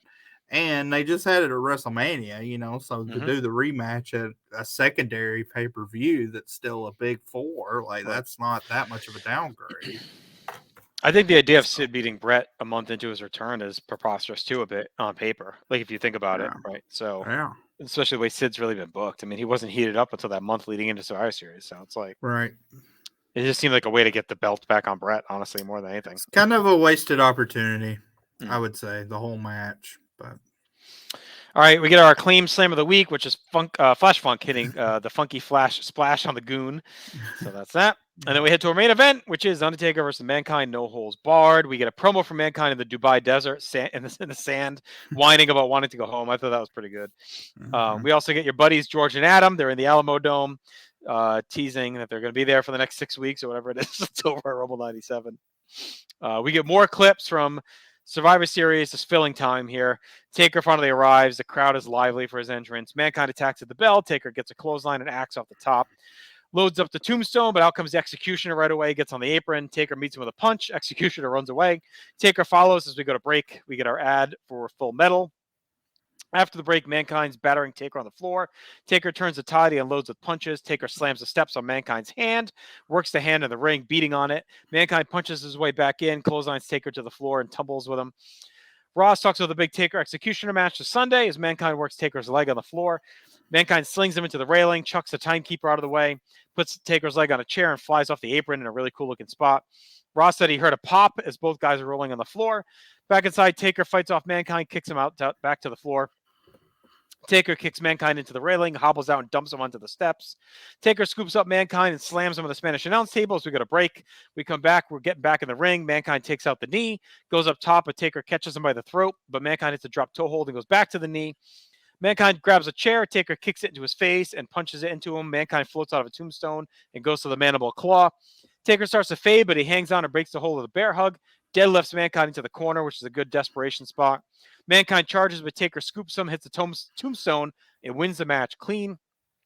Executioner comes in, jabs the Asiatic spike into Taker, and leaves him laid out cold as we wrap up. This is a good brawl. It definitely gave a good shot of energy into the show that needed it badly. I like closing the taping with it. They don't do this enough, closing the taping with a hot match like this. Taker gets a big win for Sunday, but it weakens him too. So the result didn't really mean much to Bearer. Like he just wanted to see Executioner get the upper hand going into Sunday. It felt like the end of the straight up feud. Taker's beating him clean twice in a row. Like it's pretty much done. Now we got the coda on Sunday. Yeah. I thought they pushed the limit for Raw TV as far as brawling goes in this era. So they did that. And it kind of bookended the taping nicely. We started with Austin Mankind brawl. We end the 4-week taping with Taker Mankind brawling. So we had a lot of crap and junk in between, but we kind of opened with a hot brawl, ended with a hot, crazy brawl. I went 3.5. I thought it was a pretty good ending to their feud for now. Yeah. George and Adam, they find a shoe and they discuss who that could be. They bring up Yokozuna and then they're like, oh, he doesn't wear shoes. It's just stupid. It sucks. I'm going to be ranting against that every week. It's going to be driving me nuts. Yeah. Goose. Yeah, I went 3.25 on this match. It was a very good brawl. Had some good kind of cutoff spots. I liked when Mankind sent Taker into the steps. There was a guy in the front row with a Cactus Jack t-shirt that started chanting "He's hardcore" really loud. Then, I mean, the table didn't break, so that looked brutal. Like I love these early table spots where, I mean, they get slammed on the equipment and everything. So it's more visceral, more violent. The other thing I really liked in this match was the cutoff spots right at the end where we get the drop toe hold by Mankind, which looked really good, as well as the kind of the teases with the mandible claw, the choke slam attempt and whatnot, and then the tombstone as well, them kind of slipping out of it before he does eventually succumb to the tombstone. Very definitive finish, one that worked well.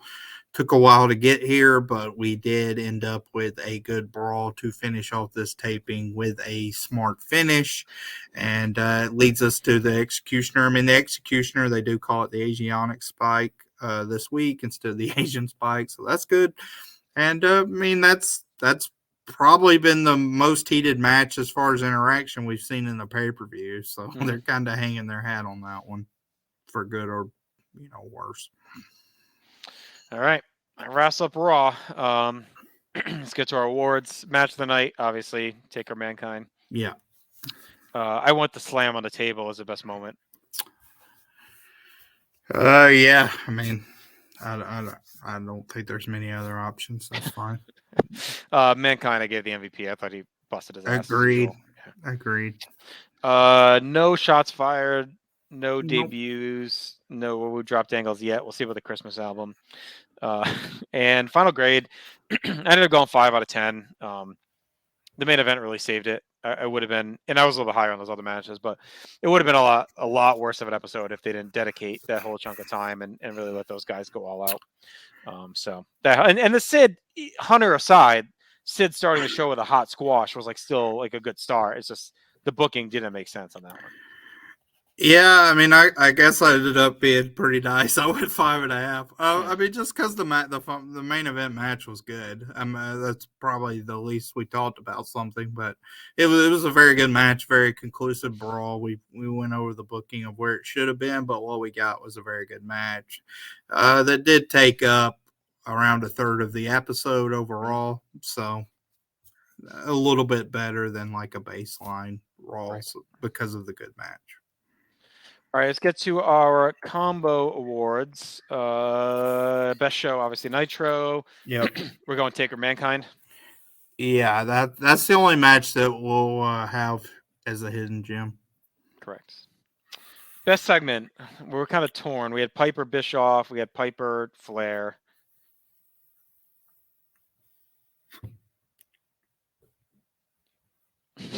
Not gonna cave. All right, we'll go Piper Flair and Charlotte. That's fine. Thank you. Remember that one. You owe me one. That promo was awesome. Nitro, better commentary? Yeah. Star of the Night, Piper. Yep. Ratings winner, Nitro. Yeah, but not as good as you might think. Let me see. Dave had a note on that. Let me scroll up and get to it. It was actually disappointing, the ratings.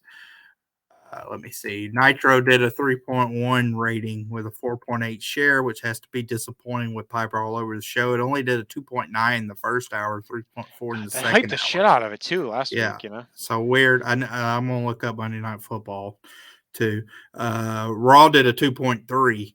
So I mean, head to head, it was 2.3 versus 2.9. So it, kind of a little bit of a surprise there, I would say. Football must have done some damage. Yeah, Monday Night Football. Well, I mean, some decent markets, but not that crazy of a marquee game. Oakland versus Kansas City. You wouldn't think that would be. I don't think either team was even any good. I mean, I'll tell you what, the match, the game, it's 26-7's the final. Right. So blowout. Kansas City win? Nope. 0-1. The I don't think either team was. I don't think either team was sniffing playoffs that year. Yeah, God, 1996 Oakland Raiders. What did they? I couldn't even name you one person on that team. And the Chiefs were. That was their little down stretch. They don't get hot again until like 99, 2000. They went 8-8. The Raiders did. The Chiefs, I'm guessing, are around that mark, maybe.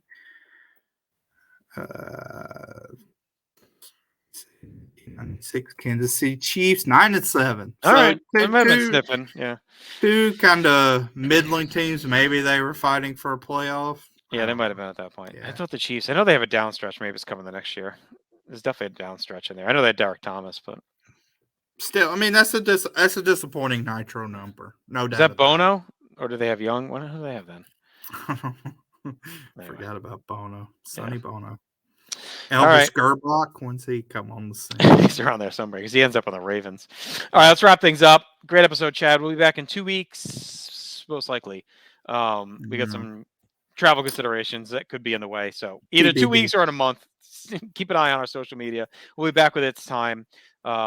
Subscribe on our YouTube channel, North South Connection. We're enjoying doing the video stuff for you. We're going to be doing some more bonus stuff as well. NorthSouthConnection.com has everything we do. So if you go there, you'll get the video, the audio. We're all over social media. We got some fun stuff on TikTok. Aaron's doing some cool figure reviews and some of the preview stuff on there. So just check us out. We're across the board. We appreciate all of the love and share us around. Smell the napalm. Talk to you soon.